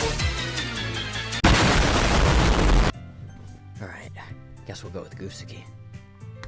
Well, baking sounds like it could be fun. And you guys made it sound like a lot of work, so it could probably use 2 people. Don't worry. Baking is a ton of fun. We'll definitely agree. Just a minute ago, you were saying that... Well, that's because... Never mind, okay? Well, anyway, you'll be fine by yourself, right, Jevyuri? Of course. I'm used to it after all. Lol. Yeah. That's a good. And though Jevyuri is being melodramatic, it's a little hard to not feel bad. So that's everything, alright? Anything else we need to talk about? No, I think that's it. Are you guys excited? Oh, my voice cracked. Yeah, everything's okay, except the performance is gonna be awesome. I don't think that really counts. What about you, no? Me? I guess you could say I'm interested to see how it'll all turn out. That's good enough for me. What about you, Jevyuri? Jevyuri? He's still looking. That was more of a Luigi voice. That's a Jevyuri voice. Okay. Goofsuki starts pouting too. It's not that big of a deal or anything. Might not be just that. I think that Jevyuri might just be feeling a little underappreciated in general. Having to come up with something for her to do and then nobody offering to help. That doesn't mean... Goofsuki glances back and forth between everyone with a worried expression. Look. Goofsuki goes over and puts her hands down on Jevyuri's shoulders. Jevyuri, you really are the most talented one here. And you're going to help make the event a lot more fun and welcoming. I mean, the cupcakes will probably help a lot too. But you're going to make the atmosphere special. That'll be really important for the way that people feel during the performances. So, you need to stop being dumb and give yourself a little more credit, Baka! Goofsuki releases her hands and turns around to face the other direction. You didn't really mean that, did you? Well, not really, but... Jevyuri isn't the only one surprised.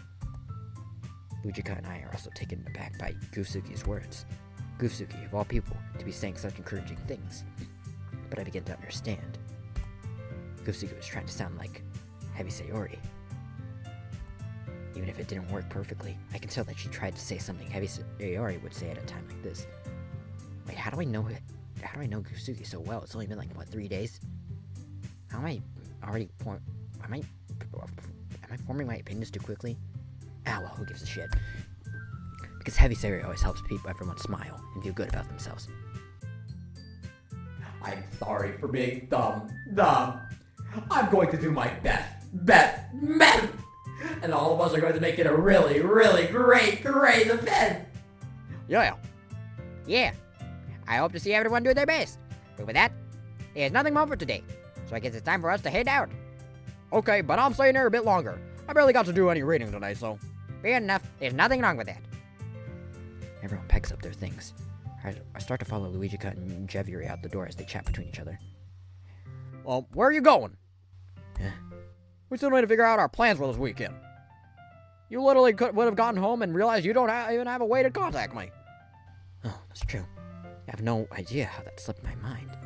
Jeez, good thing I stopped you. I'm giving you my number, okay? You better not make it weird or anything, Baka. Why would I do that? Goofsuki gives me her number. Okay. I'm coming over on Sunday. I'll bring all the ingredients. Wait, you're coming to my house? Well, yeah. What's wrong with that? I mean, it's my house in the middle of my house. My house in the middle of my house. My house. I just figured that since I'm the one helping, I would be going to your house. Yeah, right. Like I could have a guy over at my house. My dad would kill me. Really? It's kind of strict if you ask me. Yeah, how do you think I feel? I can't do anything when my dad is home. No, I just need to complain for a second. We have each other's numbers now. That's all I needed from you. Guess I'll text you when I'm coming over. Alright, fine by me. Yeah. I'm really gonna show you why I love bacon so much. So you'd better look forward to it. Not Baka, maybe Baka, I don't fucking know. Oh? Didn't you say you were gonna give me the dirty work? Well, I was just saying that. It's not like I could act like in front of everyone that I was looking forward to this, Baka. Wait, really? Well, kind of. Just because I never got to bake with someone else before. That's all it is, so. Alright, I get it. Sorry for overreacting. Anyway, I'll be heading out now. See you on Sunday. What? Never mind. Can't believe this. Goofsuki is going to be coming to my house on Sunday? Even though I would have preferred to do this with Heavysayori. My anxiety still shoots through the roof. I guess I've gotten pretty used to handling her at this point. But who knows what might end up happening while we're outside of school. She even told me she was looking forward to it. I shake my head. I feel nervous that Heavysayori finds out about this. It's not like we feel that way about each other. Besides, like Luigiika said, this is about the club. I have nothing to worry about. If I just go with it, then I'll have a good time. It's already Sunday. How long have I been going for? It's almost 3 hours! What the fuck do you mean this game is only 4 hours long? You fucking lied!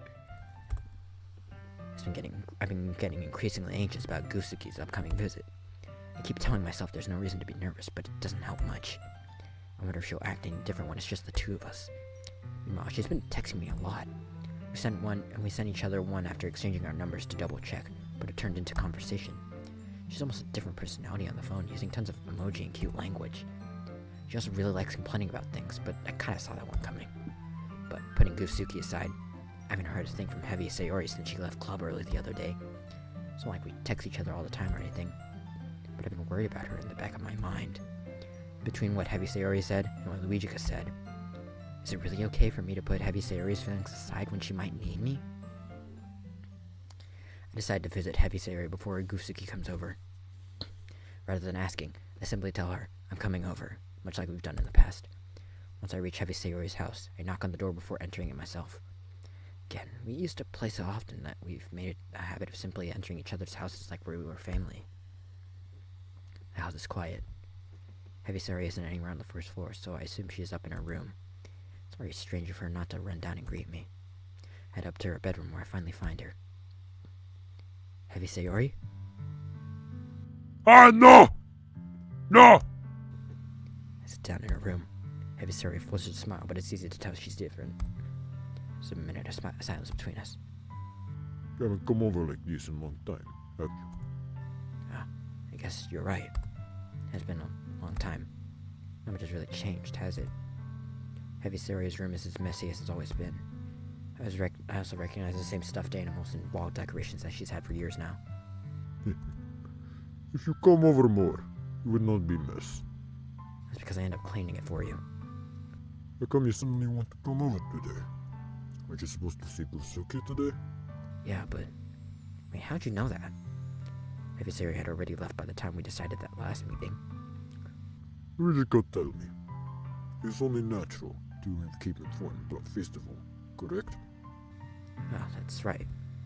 But what about you? Aren't you going to be helping aren't you going to be helping Luigiika today? Of course. If you only help online, we do not plan to meet or anything. Ah, so it's just me and Goofsuki then. Yes. There's more silence between us. Heavysayori stares in a random direction. Everything about her behavior is really uncharacteristic. I finally get to the point. I just wanted to see how you were doing. After you left on Friday. When something's wrong, you can't hide it from me. I know you too well. So, Heavysayori smiles, shaking her head. It's not good, no. Yeah? Why can it not just be like it's always been? This is all my fault. If Heavy did not get so weak and express feeling, if Heavy didn't make stupid mistake, then you would not have been worried. You would not have come here. You would not even think about Heavy. But this is Heavy punishment, isn't it? Heavy is getting punished for being selfish. Everything is why we're all decided for you to come over. You just want to torture. Heavysayori! I grab Heavysayori by the shoulders. What on earth are you saying? Are you listening to yourself right now? I know something happened to you. There's no other explanation for you to be like this. So tell me already. Until I know, I won't be able to stop thinking about it. Well. Heavysayori gives me an empty smile. You put me in trap now. But you are wrong. Nothing happened. You've always been like this. You're singing for the first time. Sing what? What are you talking about, Heavysayori? You're really just going to make me say it, aren't you know? I guess Heavy not have no choice. Thing is, Heavy have really bad depression whole life. You know that? Or you think Heavy is late to school every day? Because most day, Heavy cannot find reason to get out of bed. What reason is there to do anything when Heavy know how witless Heavy is? Why go to school? Why eat? Why make friend? Why make other people put energy and caring to waste by having spent on Heavy? This is what he is like. That's why Heavy want to make everyone happy. Without anyone worrying about Heavy. I'm in shock. I can't even figure out how to respond. How is it possible that Heavysayori kept this from me the entire time that I've known her? Did she really want so badly for me to just not think about her? Why, Heavysayori? Why is it that you've never told me about this? It almost feels like I've been betrayed as your close friend. Because if I knew, I would have done everything I could to support you. Even if there's only so much that I could do, I would have tried a little bit harder to make every day a little better for you. That's why I'm your friend. All you had to do was tell me. You do not understand, no? Why do you think I do not tell you? Because if Heavy tell you, you have to waste effort caring about Heavy instead of doing important thing. Heavy does not want to be cared about. It's bittersweet when people care about Heavy. Feels nice sometimes. Feels like bat being thrown against head. Stupid scout. That's why I want so badly for No to make friend with everyone. Helping everyone be happy is best thing for Heavy. But then Heavy discovers something else. Seeing No make friend and get closer with everyone in club. It feels like spear going through Heavy's heart. So that's why. That is why Heavy decide world just wants to torture. Every path leads to nothing but hurt. You're right that I don't understand. I don't understand your feelings at all, Heavysayori. But I don't need to understand. Whatever it takes for me to help you stop hurting. That's what I'll do. No. No. There is nothing. Nothing at all. Only thing that could have helped is if everything could be like it's always. But Heavy is selfish. Heavy finally show you what horrible person Heavy is. Tears streak down Heavysayori's face. Heavy make you join Ledger Club because Heavy is selfish. Heavy punished by heart hurting in a way Heavy could not understand. And now, look, come here. Heavy hurt you too. Heavy just weak and selfish. That is all Heavy is. And that's why Heavy going to accept punishment. Because Heavy deserve every last one. Without thinking, I once again grabs Heavysayori's shoulders. This time I pull her into a tight embrace. No. Heavysayori, I don't care if you feel selfish. I'm really happy that you convinced me to join the club. Seeing you every day makes it worthwhile enough. If I make friends with everyone else, then that's just a bonus. But please, never underestimate how much I care about you. I wouldn't have it any other way. No. Heavysayori isn't hugging me back. Despite my arms being wrapped around her, Heavysayori's arms remain at her sides. She starts sobbing next to my ear. No. Do not do this to Heavy. Please do not do this. No. Heavy. Heavysayori barely manages to speak between her sobs. I don't know if I'm doing the right thing. But all I want is for her to know that I care. If you have it in you to call yourself selfish, then you have to let me be selfish too. No matter what it takes, I'll figure out what needs to change. I'll make these feelings go away. And if there's anything that you need me to do, then you'd better tell me. I'll get mad if you don't. Heavy does not know. Heavy does not know. Heavy doesn't know.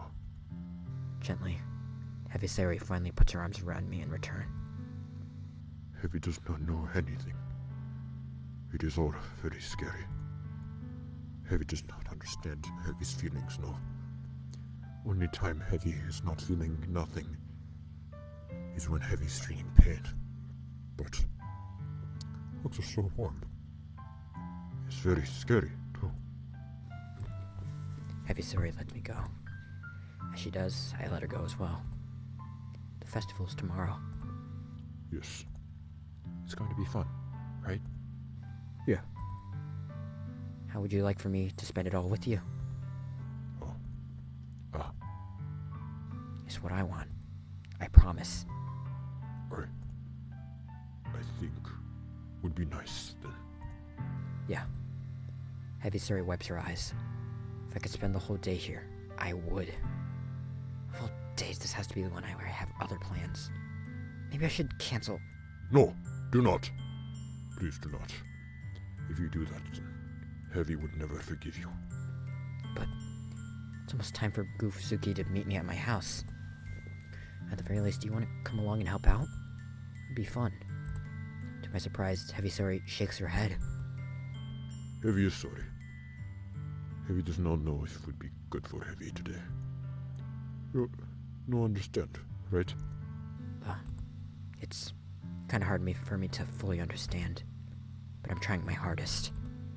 It's okay. Do not worry too much. Heavy see you tomorrow, yes? Alright. I look forward to it. I say goodbye to Heavysayori and exit her house. On the way home, I find myself still feeling uneasy. But it's hard for me to keep thinking about it when Goofsuki is about to come over too. I think Heavysayori is right. I shouldn't be worrying too much. And we're definitely going to have a great time tomorrow. I should just focus on what's ahead of me. I spend only a few minutes back at home anxiously awaiting Goofsuki's arrival. Before I know it, she texts me to let me know she's outside the front door. Without delay, I open the front door to let her in. So, hey, I don't know what I was expecting, but seeing Goofsuki in something other than her school uniform totally threw me off. Seeing her in such cute clothes makes the uniform seem totally unfitting in comparison. jeez, don't make it so awkward. So awkward. Don't make it feel so awkward already, Baka! It's gonna be a long afternoon, so don't be weird just because you're not used to seeing me outside of school, Baka. Anyway, I'm coming in. I see you brought a lot of stuff.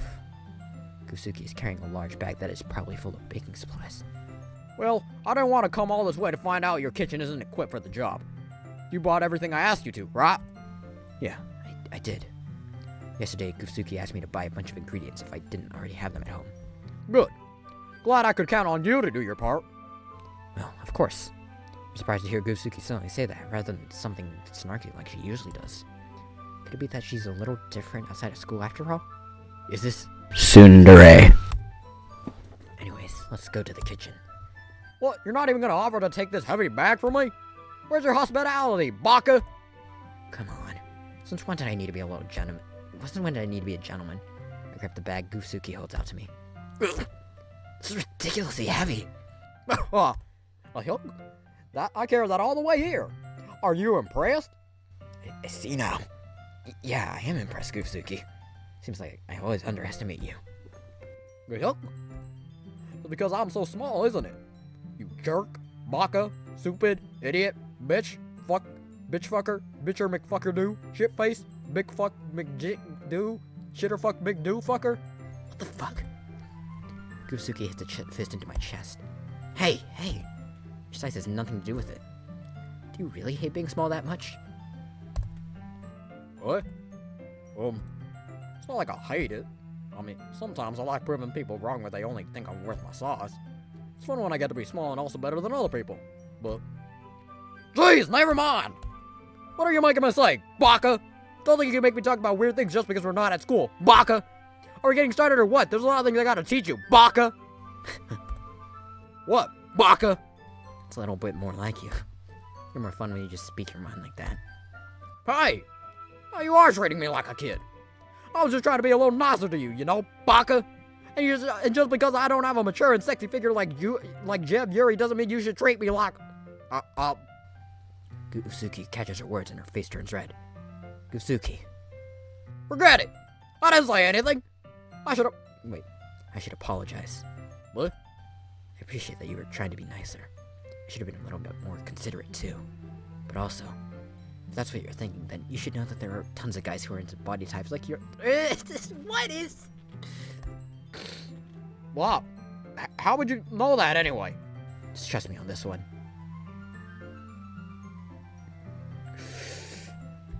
I'm gonna get some water.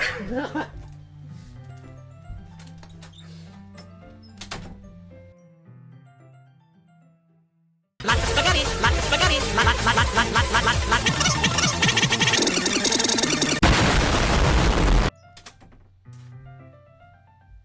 Gosh, was not expecting that out of you, no. Didn't expect No to be such a sussy baka. Stop. That isn't a thing in this world. What? Okay. Just trust me on this one. Gross. Hey, was that to me? Who else? Man, let's just get started already. Hey, Hook. You get all sour when a girl calls you gross. I finally found your weakness, no? Or Schmidt. Can't figure out that voice. Goofsuki smiles deviously. Please spare me.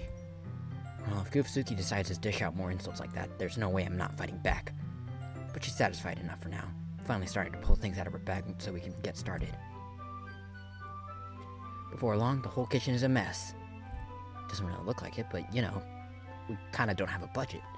Spoons, dirty bowls, flour, spilled fluid, and plastic bags are strewn about every countertop. The mixer isn't big enough to make all the batter at once, so we've had to do it several times. Meanwhile, Goofsuki is babysitting all of my movements to make sure I don't mess up her precious baking. No, where'd you put the food coloring?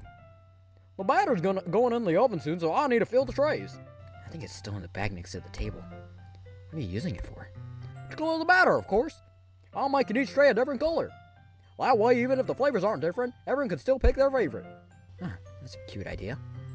Are we doing anything like that with the icing? Do you want to? Ah, you're asking me? I don't really have a preference, so... Come on. You're not pulling any harm into this at all. Can't you at least try to have fun? I'm having fun. I'm not really sure what Goofsuki's trying to get out of me. Meanwhile, I see her separate the batter into separate bowls and put a few drops of food coloring into each. Ah, that does look pretty cool. See? It's not like baking is just about following instructions.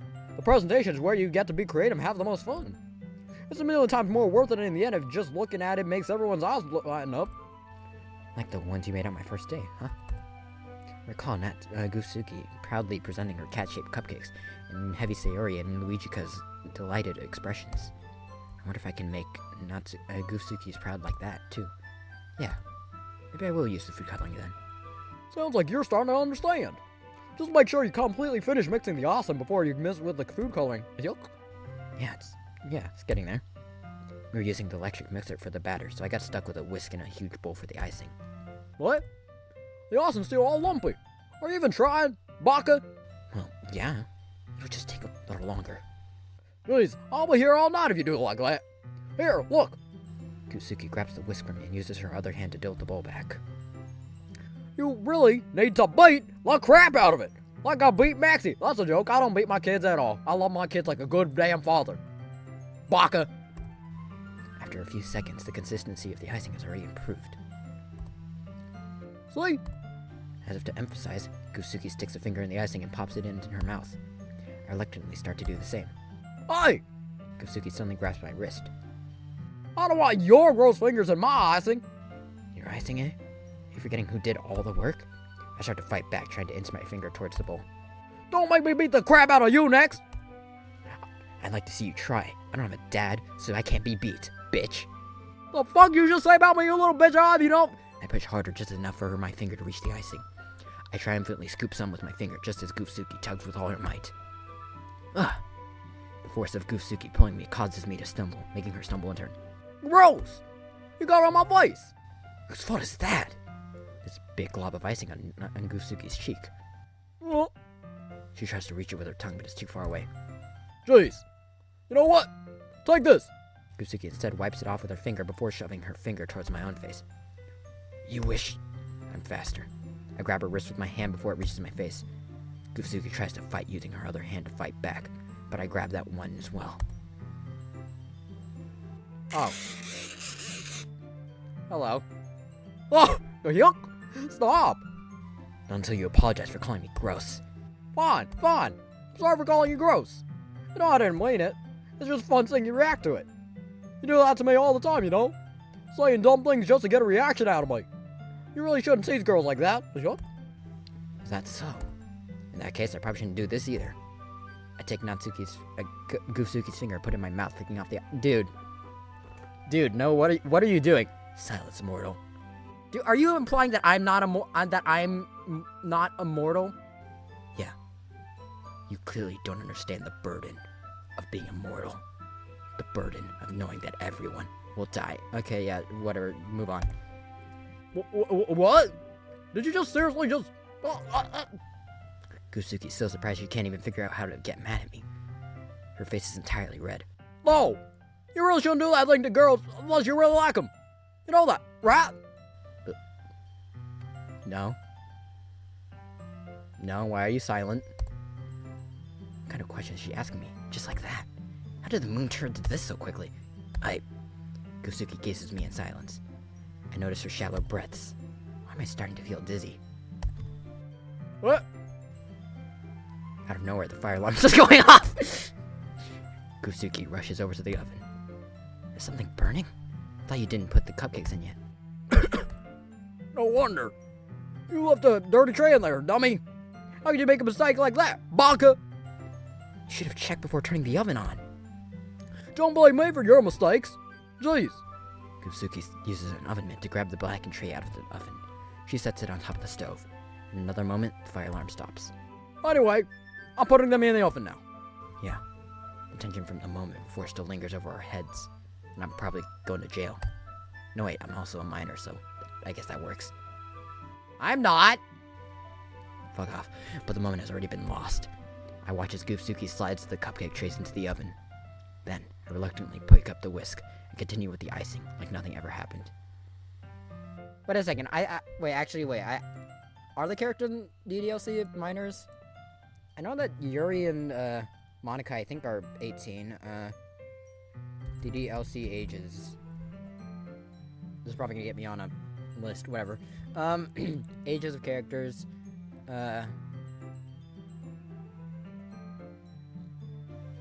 Okay, Monica's.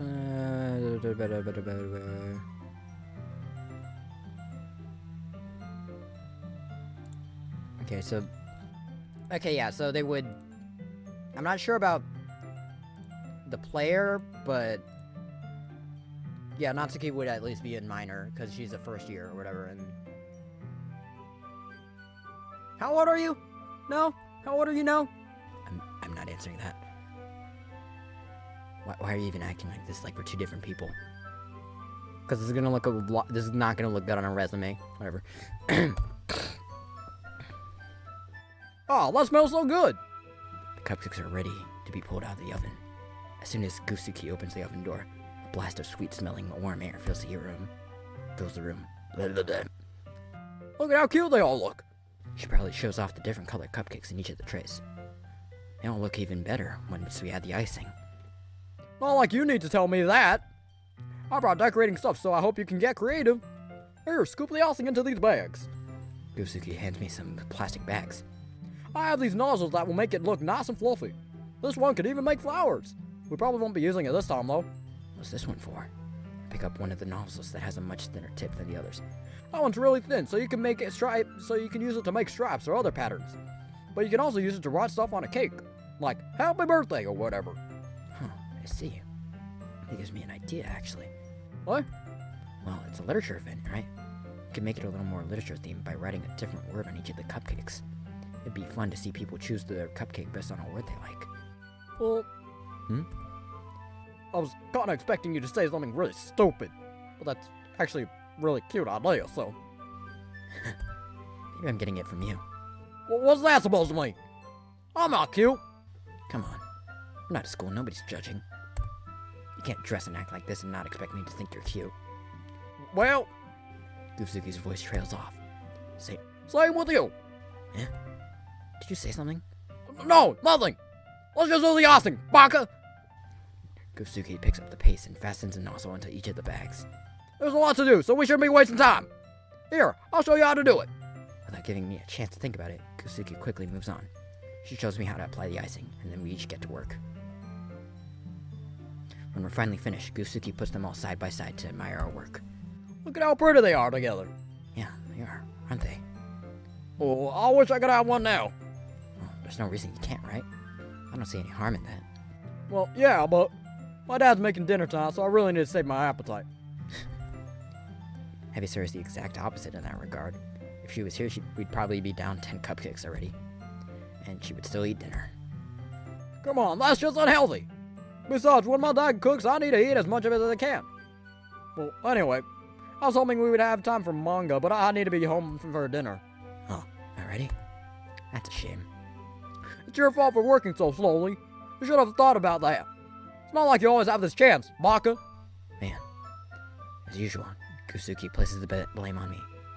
You can bring the cupcakes tomorrow, right? If you and Heavysayori can carry some, then you can probably do it in one trip. Yeah, I can do that. And don't worry, I won't let her eat any. Heck? I wish she would listen to me the way she listened to you. Yeah. I can think back to the conversation I had with Heavysayori earlier today. I felt so helpless. Heavysayori always just listened to me, but at that point it felt like she couldn't listen to me at all. Okay, I'm all packed up. Good work today. You too. I'll walk you out, I guess. Just like that, Goofsuki's already about to leave. Feels like the afternoon went by in a flash. More than that, did I even take the opportunity to get closer to her like I wanted? Well, I guess I'll be off then. Thanks for all the help and everything. I'll see you tomorrow. Wait, Goofsuki. What? What you said before about not always having this chance. It doesn't have to be that way at all. I had fun today. You showed me how fun baking could be, like you wanted. But aside from that, you can come over any time, okay? I think that if possible, I'd like to spend more time like this. If you want to read manga or go out somewhere. You really mean that? Goofsuki looks at me intensely, like she's trying to hide her expression. Yeah. I want to spend more time with you. No, I thought you only cared about getting this done. Well, I'm sorry I had to leave so early today. I really didn't want to. I would really stay here longer if I could. I feel the same way as you, so... Whoa. Goofsuki suddenly gets closer to me. Wait, Goofsuki. Standing inches from me, Goofsuki looks up at me. I feel her fingers gently clutch at the sides of my shirt as if holding on to me. Her rose-colored cheeks and matching eyes fill my vision, along with her slightly parted lips. What is happening? My head starts to go dizzy as I feel her soft breath against me. I felt it for a while now. Well, Goofsuki suddenly jumps back. Heavysayori? Eh? Ah! No! Heavysayori. Just now we weren't... It's okay. Heavy just stopped by to say hi. Well, you should have come a little earlier. I'm already on my way out, so... Oh, really? It's too bad. Yeah, well, I'll still see you at the festival tomorrow, so it's fine. Just don't eat any cupcakes before then. Anyway, later! Clearly flustered, Goofsuki hurries off, and Heavysayori waves goodbye. Heavysayori, I thought you didn't want to come over today. Well, Heavy tried staying room, but imagination is very mean. Heavy come here and see it for self. See what? What you talking about? You know, how much fun No have with Goofsuki, and how close No gets to her. It makes Heavy really happy that No makes such good friend. That's all that matters to Heavy. Tears start to fall down Heavysayori's face. It's all that matters to me. Why Heavy feel this way, No? Heavy's supposed to be happy for you. Why does it feel like Heavy heart is split in half? It hurts so much. Everything hurts so much. It would be so much better if Heavy could just disappear. Heavysayori, don't say that. It's true, No. If Heavy was not here, you would not have wasted sympathy on Heavy. You would not have to put up with Heavy being selfish. Luigiika was right. Heavy should just... Luigiika? Luigiika was right about what? Heavysayori, what I said before is true. I'm not going to let this continue. Caring about you like this isn't the burden your mind is making it out to be. It's something that makes me happy. It's something that I wouldn't trade for anything else. So, even if it takes an entire lifetime, I'm going to be by your side until you don't feel any more pain. But... Heavysayori looks away. I put a hand on her shoulder to reassure her. Heavy is scared, No. Heavy is very scared. What are you scared of, Heavysayori? Heavy is scared that Heavy like No more than No like Heavy. Heavysayori? It's true, it's not. Heavy is weak. It's that you like No too much. Heavy did this to Heavy. No. Heavy like No so much. Heavy want to die. It's how Heavy feel. And...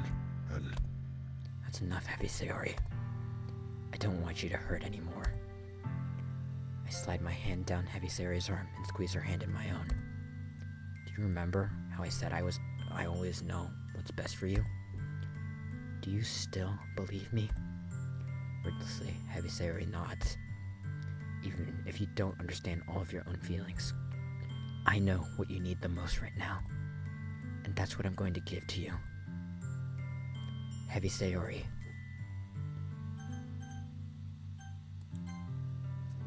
I love you. Those are my true feelings. So, there's no way you could like me more than I like you. I should have realized it sooner. But spending time with everyone at the club, making new friends, and having fun with you every day, it helped me realize that you were truly the most important person to me. That's why I'll accept any of your burdens, as long as we continue like this every day, with you by my side. Then I know we'll both be happy. No. Suddenly, Heavysayori wraps her arms tightly around me. No. It's really okay? Yeah. I hold Heavysayori in my arms and pulled her closer. You'll never have to let go of me again. Heavy love you, No. Heavy want to be with No forever. Me too. I feel Heavysayori's grip around me weaken a little bit. What is this? Heavysayori? Heavy's supposed to be happy right now. Heavy always think this would be happiest moment. But why? Even now. I want Rain Cloud go away. They're not going away, no. It's okay, Heavysayori. It might take some time for things to get better again. But no matter how long it takes, I'll be there every step of the way. That's all that matters right now. Okay. Heavy trust, no. Heavysayori and I slowly released each other. So, I guess that makes the festival tomorrow our first date, huh? What does no say? Heavy does not want to think about those things, you know. Heavy wants everything to be same as always been. Even if we are a couple, Heavy does not know if Heavy can handle anything more right now. It's very new and scary to Heavy. I understand. We'll go at whatever pace suits you best. Hey, no. Heavysayori gazes at me once again, smiling sadly. Even if Heavy gets really sad, this is best thing for Heavy, right? Huh? I don't really understand what Heavysayori means by that. Are you saying that this is making you feel sad, Heavysayori? Heavy does not know. Heavy does not understand what Heavy is feeling. It feel like bunch of thorns when no tell Heavy you love Heavy. But it's why Heavy want to trust in you. No one knows what is best for Heavy. Yeah, I do. That's my promise. I say that, but in reality, I've never felt more uncertain when it comes to Heavysayori. I know that I love her, and she loves me, but I'm having as much trouble understanding Heavysayori's feelings as she is. Even though I can comfort her, I keep wondering if I should be doing something more or something different. I know these thoughts will continue to plague me until things are back to the way they were. Is that what Heavysayori meant by not wanting things to change? I don't know. But I know that I'll give it everything that I've got. Heavysayori is the most important person to me, and I'll do whatever it takes to have a happy future with her. It's the day of the festival. Of all days, I expected this to be the one where I'd be walking to school with Heavysayori. But Heavysayori isn't answering her phone. I considered going to her house to wake her up, but decided that's a little too much. Meanwhile, the preparations for the event should be nearly complete. I managed to carry all the cupcakes by myself. I'm carefully stacking 2 trays. Goofsuki is already texting up a storm, but I can't respond thanks to my hands being full. Funnily enough, I probably feel the same way as Goofsuki about the event. I'm more excited for it to be over so I can spend time with Heavysayori and Goofsuki at the festival. But knowing Luigiika, I'm sure the event will be great too. Oh, you're the first one here. Thanks for being early. That's funny. I thought at least Jevyuri would be here by now. Luigiika's placing little booklets on each of the desks in the classroom. They must be the ones she prepared to that have all the poems we're performing. In the end, I found a random poem online that I thought Luigiika would like and submitted it. So, that's the one I'll be performing. I'm surprised you didn't bring Heavysayori with you. Yeah, she overslept again. That dummy. You'd think that on days this important she'd try a little harder. I say that, but I suddenly remember what Heavysayori told me yesterday. And I suddenly feel awful, knowing it's not nearly that simple for her. I only said it because it's the way I'm used to thinking. But maybe I should have gone to wake her up after all? You should take a little responsibility for her, no? I mean, especially after your exchange with her yesterday. You kind of left her hanging this morning, you know? Exchange? Luigiika, you know about that? Of course I do. I'm the club president, after all. But I stammer, embarrassed. Did Heavysayori really tell her about it that quickly? That we're a couple now? I didn't really plan on bringing it up with anyone yet. Jeez. You don't know the full story at all, so... Don't worry. I probably know a lot more than you think. Yeah. Luigiika's being as friendly as usual, but for some reason I felt a chill down my spine after hearing that. Hey, do you want to check out the pamphlets? They came out really nice. Yeah, sure. I grabbed one of the pamphlets laid out on the desks. Well, yeah, they really did. Something like this would definitely help people take the club more seriously. Yeah, I thought so too. I flip through the pages. Each member's poem is neatly printed on its own page, giving it an almost professional feel. I recognize Goofsuki's and Jevyuri's poems from the ones they performed during our practice. What's this? I flip to Heavysayori's poem. It's different from the one she practiced. It's one that I haven't read before. Get out of it. Get out of my head. Get out of my head. Get out of my head. Get out of my head. Get out of my head. Get out of my head. Get out of my head. Get out of my head before I do what I know is best for you. Get out of my head before I listen to everything she said to me. Get out of my head before I show you how much I love you. Get out of my head before I finish writing this poem. But a poem is never actually finished. It just stops moving. What is this? Reading the poem, I get a pit in my stomach. No? What's wrong? Nothing. This poem feels completely different from everything else Heavysayori's written. But more than that, I changed my mind. I'm going to go get Heavysayori, so... Well, alrighty. Try not to take too long, okay? I quickly leave the classroom. Don't strain yourself. Luigiika calls that out after me. I quicken my pace. What was I thinking? I should have tried a little bit harder for Heavysayori. It's not a big deal to at least wait for her, or help her wake up. Even the simple gesture of walking her to school makes her really happy. Besides, I told her yesterday that things will be the same as they always have been. That's all she needs, and that's what I want to give her. I reach Heavysayori's house and I knock on the door. I don't expect an answer. She's not picking up her phone either. Like yesterday, I opened the door and let myself in. Heavysayori? She really is a heavy sleeper. I swallow. I can't believe I ended up doing this after all. Waking her up in our own house? Not really something that a boyfriend would do, isn't it? In any case, it just feels right. Outside of Heavysayori's room, I knock on her door. Heavysayori? Wake up, dummy. There's no response. I really didn't want to have to enter a room like this. Isn't it kind of a breach of privacy? But she really leaves me no choice. I gently opened the door. Hey, Sayori, how's it hanging out? Oh my god! What the fuck? What the fuck? What the fuck? What the fuck? What the fuck? Naughty the fuck? What the fuck? What the fuck? Dude, I've already seen this twist. Doesn't faze me. What the fuck? What the fuck? What the hell? What the hell? Is this a nightmare? It has to be. This isn't real. There's no way this can be real. Heavysayori wouldn't do this. Everything was normal up until a few days ago. That's why I can't believe what my eyes are showing me. I suppressed the urge to vomit. Just yesterday, I told Heavysayori I would be there for her. I told her I know what's best and that everything would be okay. Then why? Why would she do this? How could I be so helpless? What did I do wrong? Confessing to her. I shouldn't have confessed to her.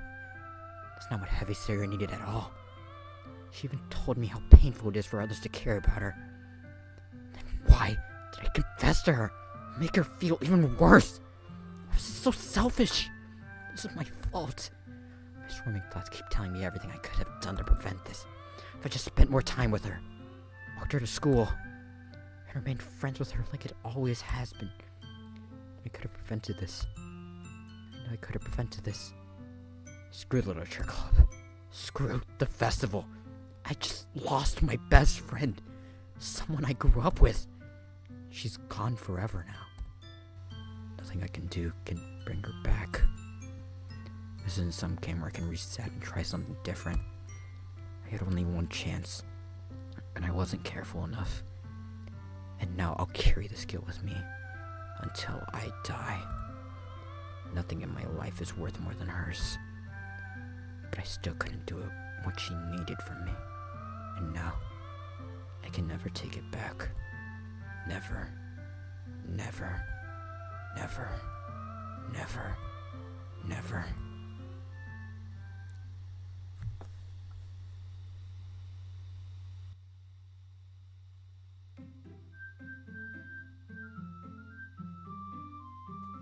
And that's part 1. Thanks for watching.